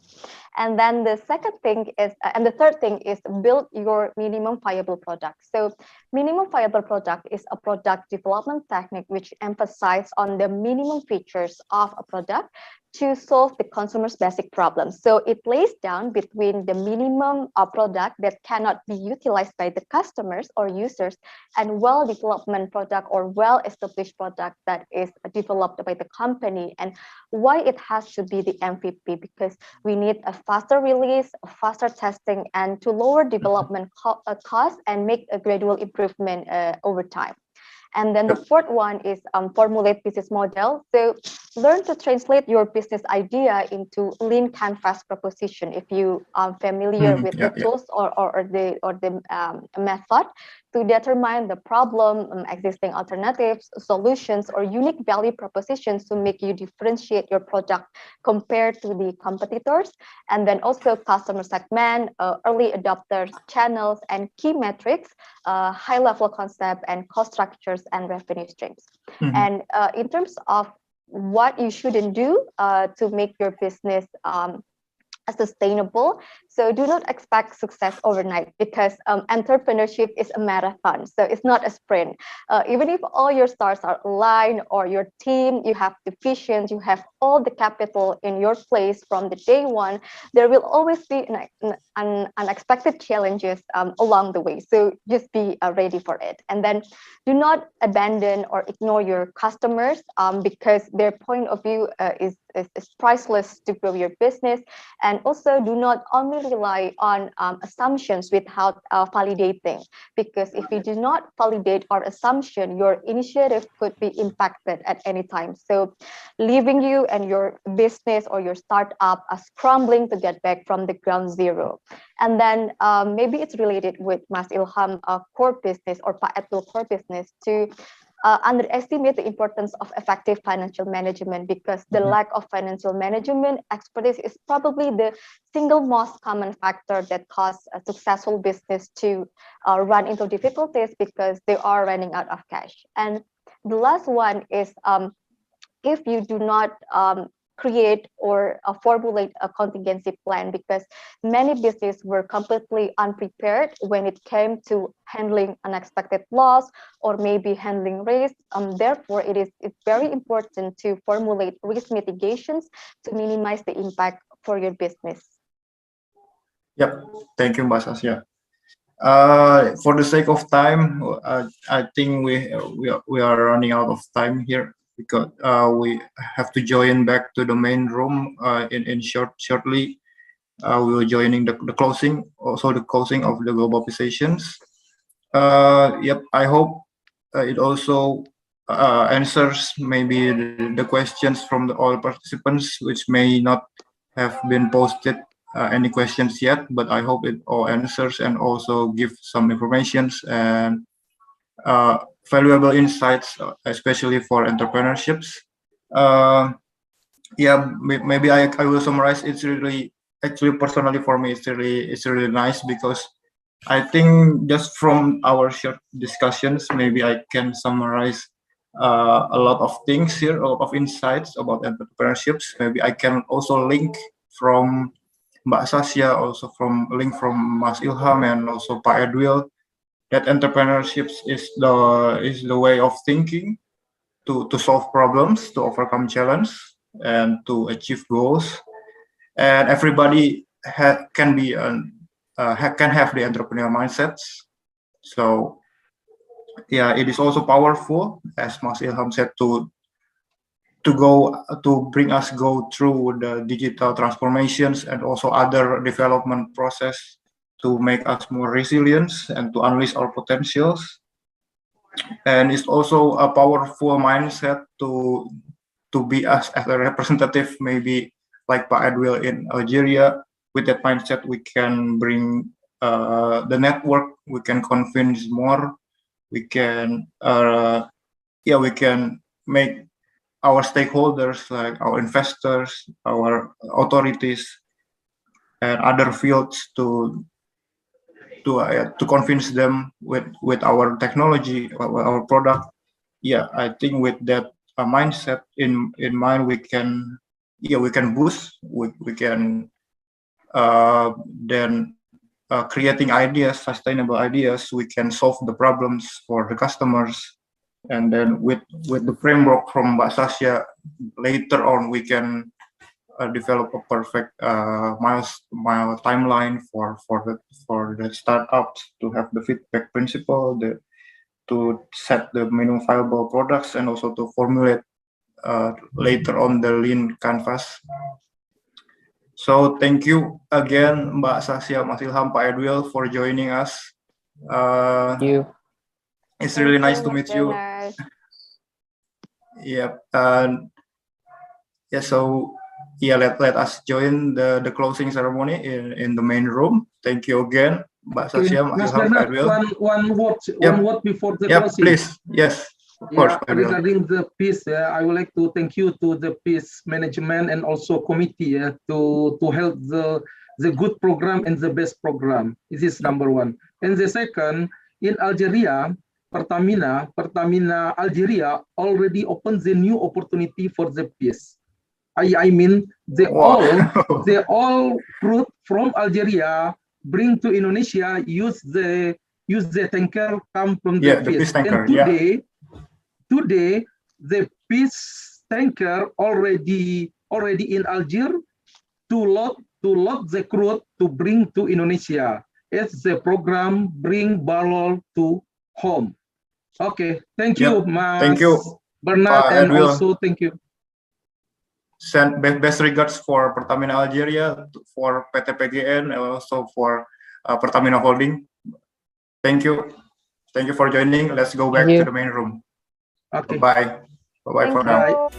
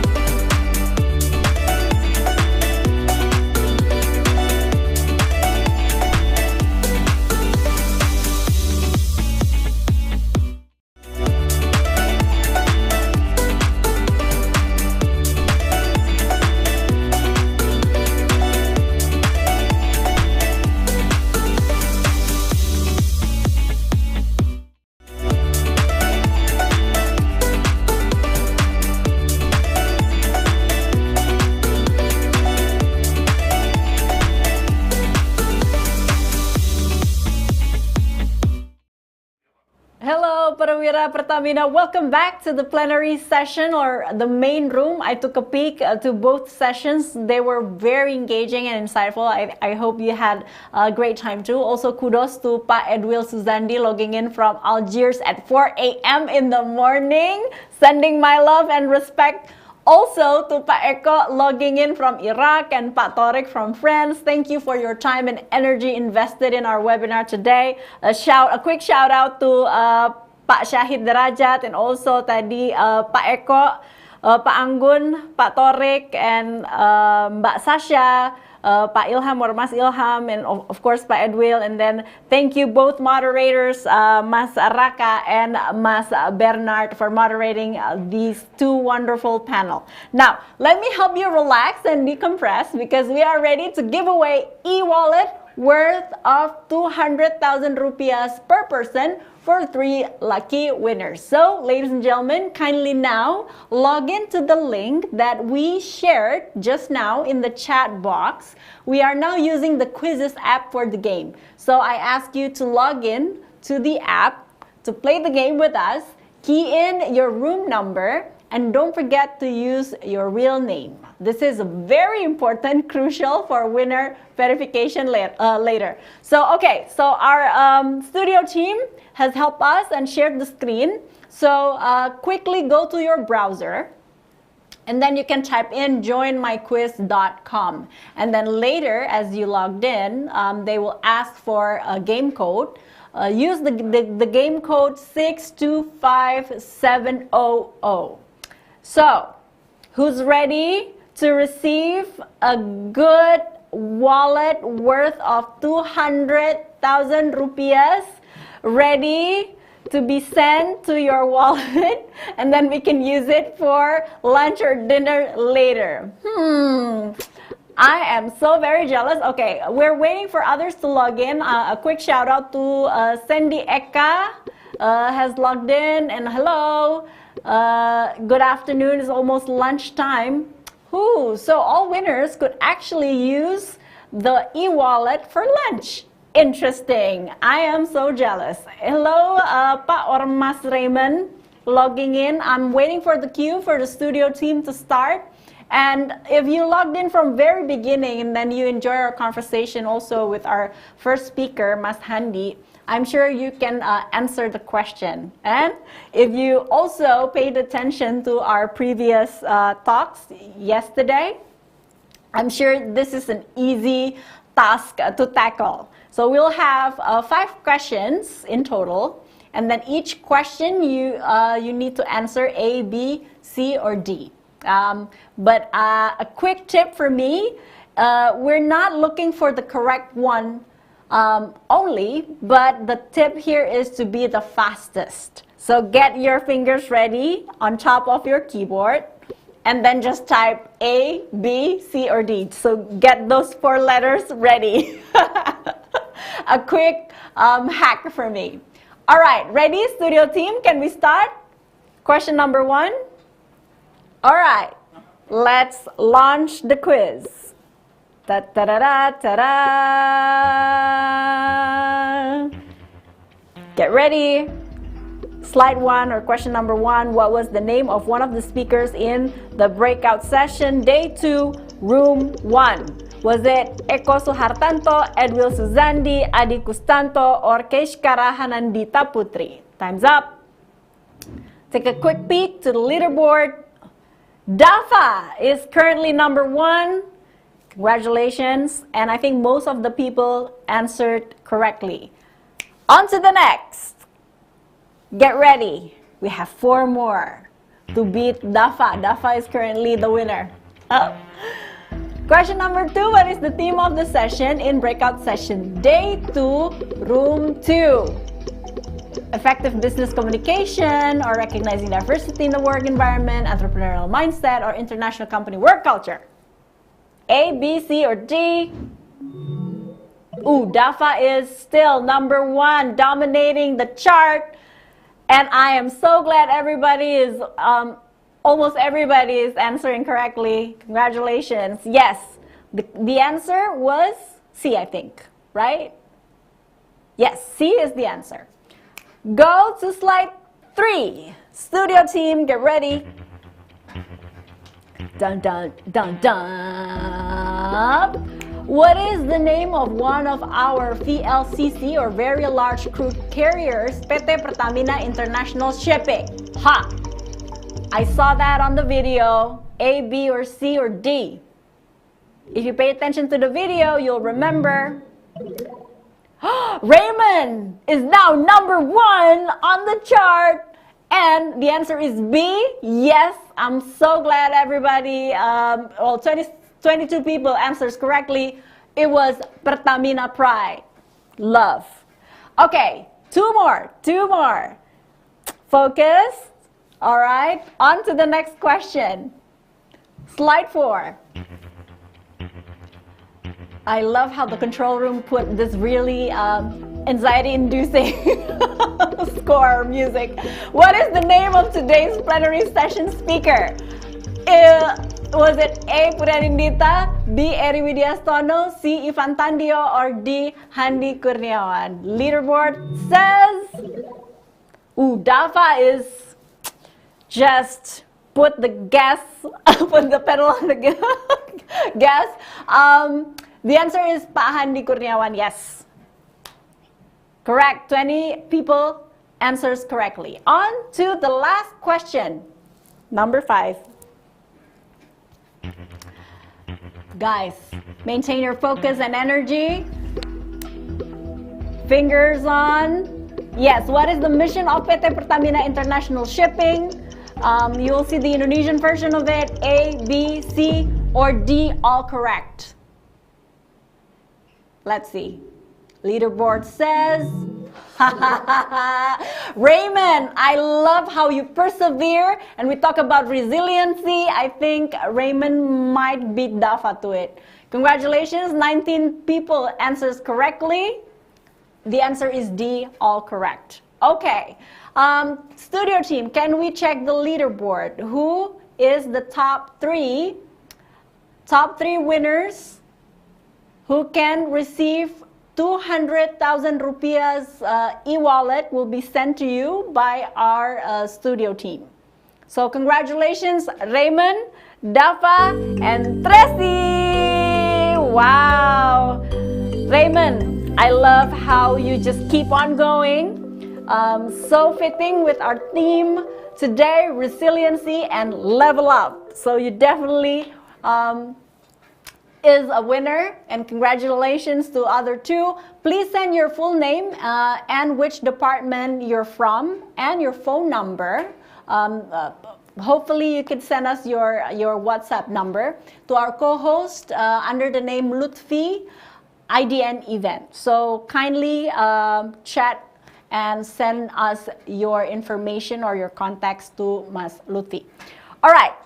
Don't be too sad if you're not winning the e-wallet. Now we go to the part we've been waiting for, lucky draw. So we are looking for 5 lucky names who can bring home Sharp Air Purifier FP-F30Y, available for 2 winners, and also Xiaomi Mi Band 5. We have 3 units available for 3 people.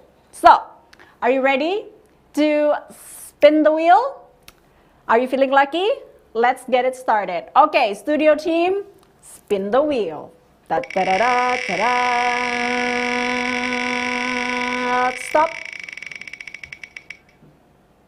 Ooh. Who can bring home the Xiaomi Band?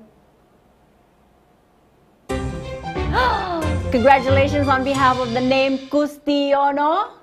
Yes, you're one of out of 3 people who can bring home Xiaomi Mi Band 5, similar with mine, but I think yours is cooler. On to the next. Let's spin the wheel for the second name. Go. Spin the wheel, are you feeling lucky today? Stop. Xiaomi, who can bring home the Xiaomi Mi Band? So not only you can check the time, Dari Primasta Okta, congratulations! You can now check the time and also count your steps. It's very big now, yeah, especially if you live in the urban area during the pandemic. We are in search for the 3rd winner for the Xiaomi Mi Band 5. Spin the wheel. Ta-da-da-da-da-da. Stop. Who gets it? I'm anxious now. Where's the name? Veronica Daru Asi Wikantiasti. I'm so jealous. Enjoy your new Xiaomi Mi Band 5.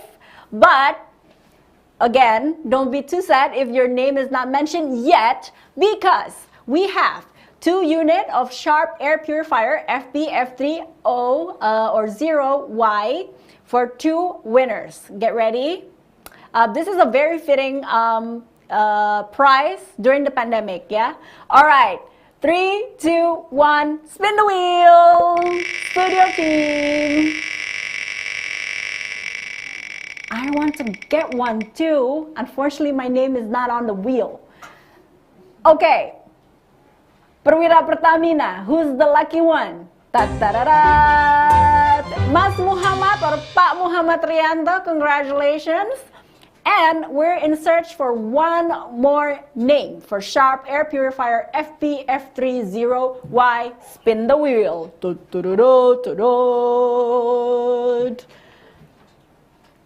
Yes? Can we spin it now? Okay, yes. Da, da, da, da, da, da. Last but not least, who brings home the air purifier? Congratulations, Marison Feryandi Panjaitan. Hello, Abang Panjaitan. Congratulations. So jealous, but happy for you too. We will contact you soon. All 5 winners to the number you keyed in or you type in on the attendance form. So get ready. Our staff or one of our team will contact you. Once again, congratulations! Unfortunately, ladies and gentlemen, we've come to the end of this 2-day webinar. Again, just as our guest speaker, Mas Handi, has mentioned earlier, it's time for us to level up. Remember the MAPLE or the MAPLE framework: mindset, attitude and authenticity, purpose and practice, leadership, loyalty, execution, and entrepreneurial mindset. Time for us to make an impact at global scale. I thank you for your amazing energy and enthusiasm. And to wrap today's webinar, let's sing together Heal the World, along with PT Peace Team, a very fitting song during the pandemic, because together we will make a better place for you and me. Stay safe, stay healthy. I'm Puri Anindita signing out. Wassalamualaikum warahmatullahi wabarakatuh, and bye-bye.